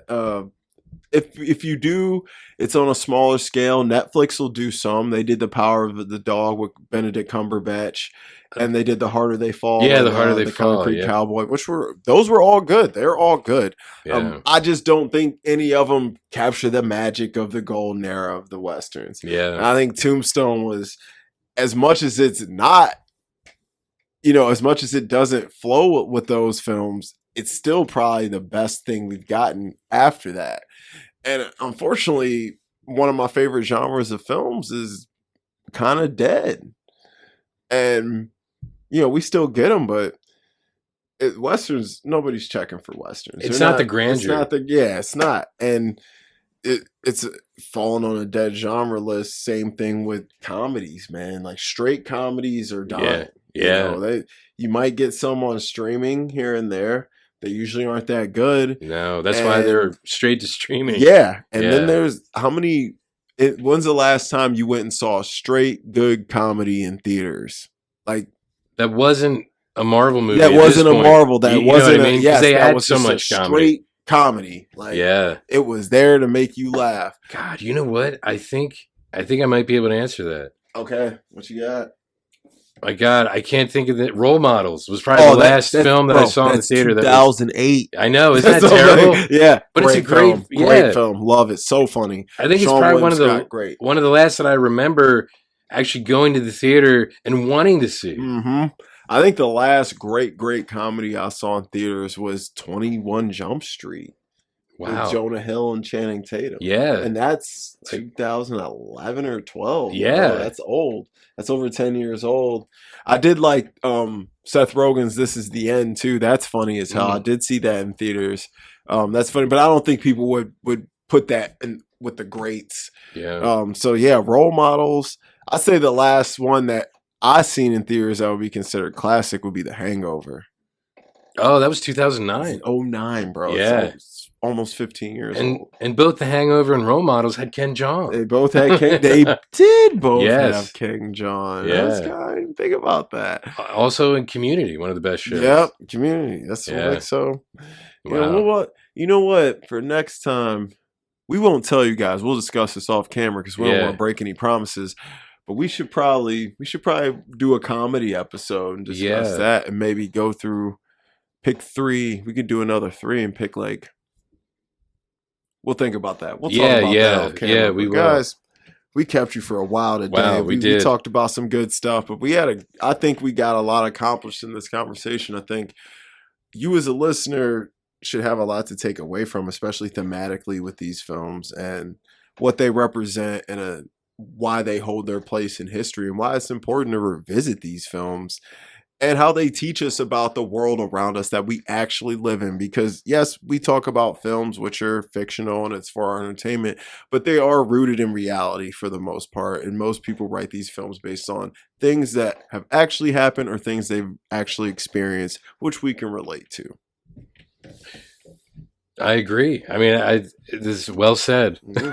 Hey, I give that an A. Hey, thank you. Oh, we got a grade Tombstone. Let's grade. Oh yeah, Tombstone. it's great Tombstone. Yes. Mm-hmm. I'm gonna give Tombstone. I'm gonna go first. I'm gonna give it an A- because although I do love Tombstone, it is heavily flawed. But God, the rewatchability of it had to at least get an A-. But that's what I'm gonna give it.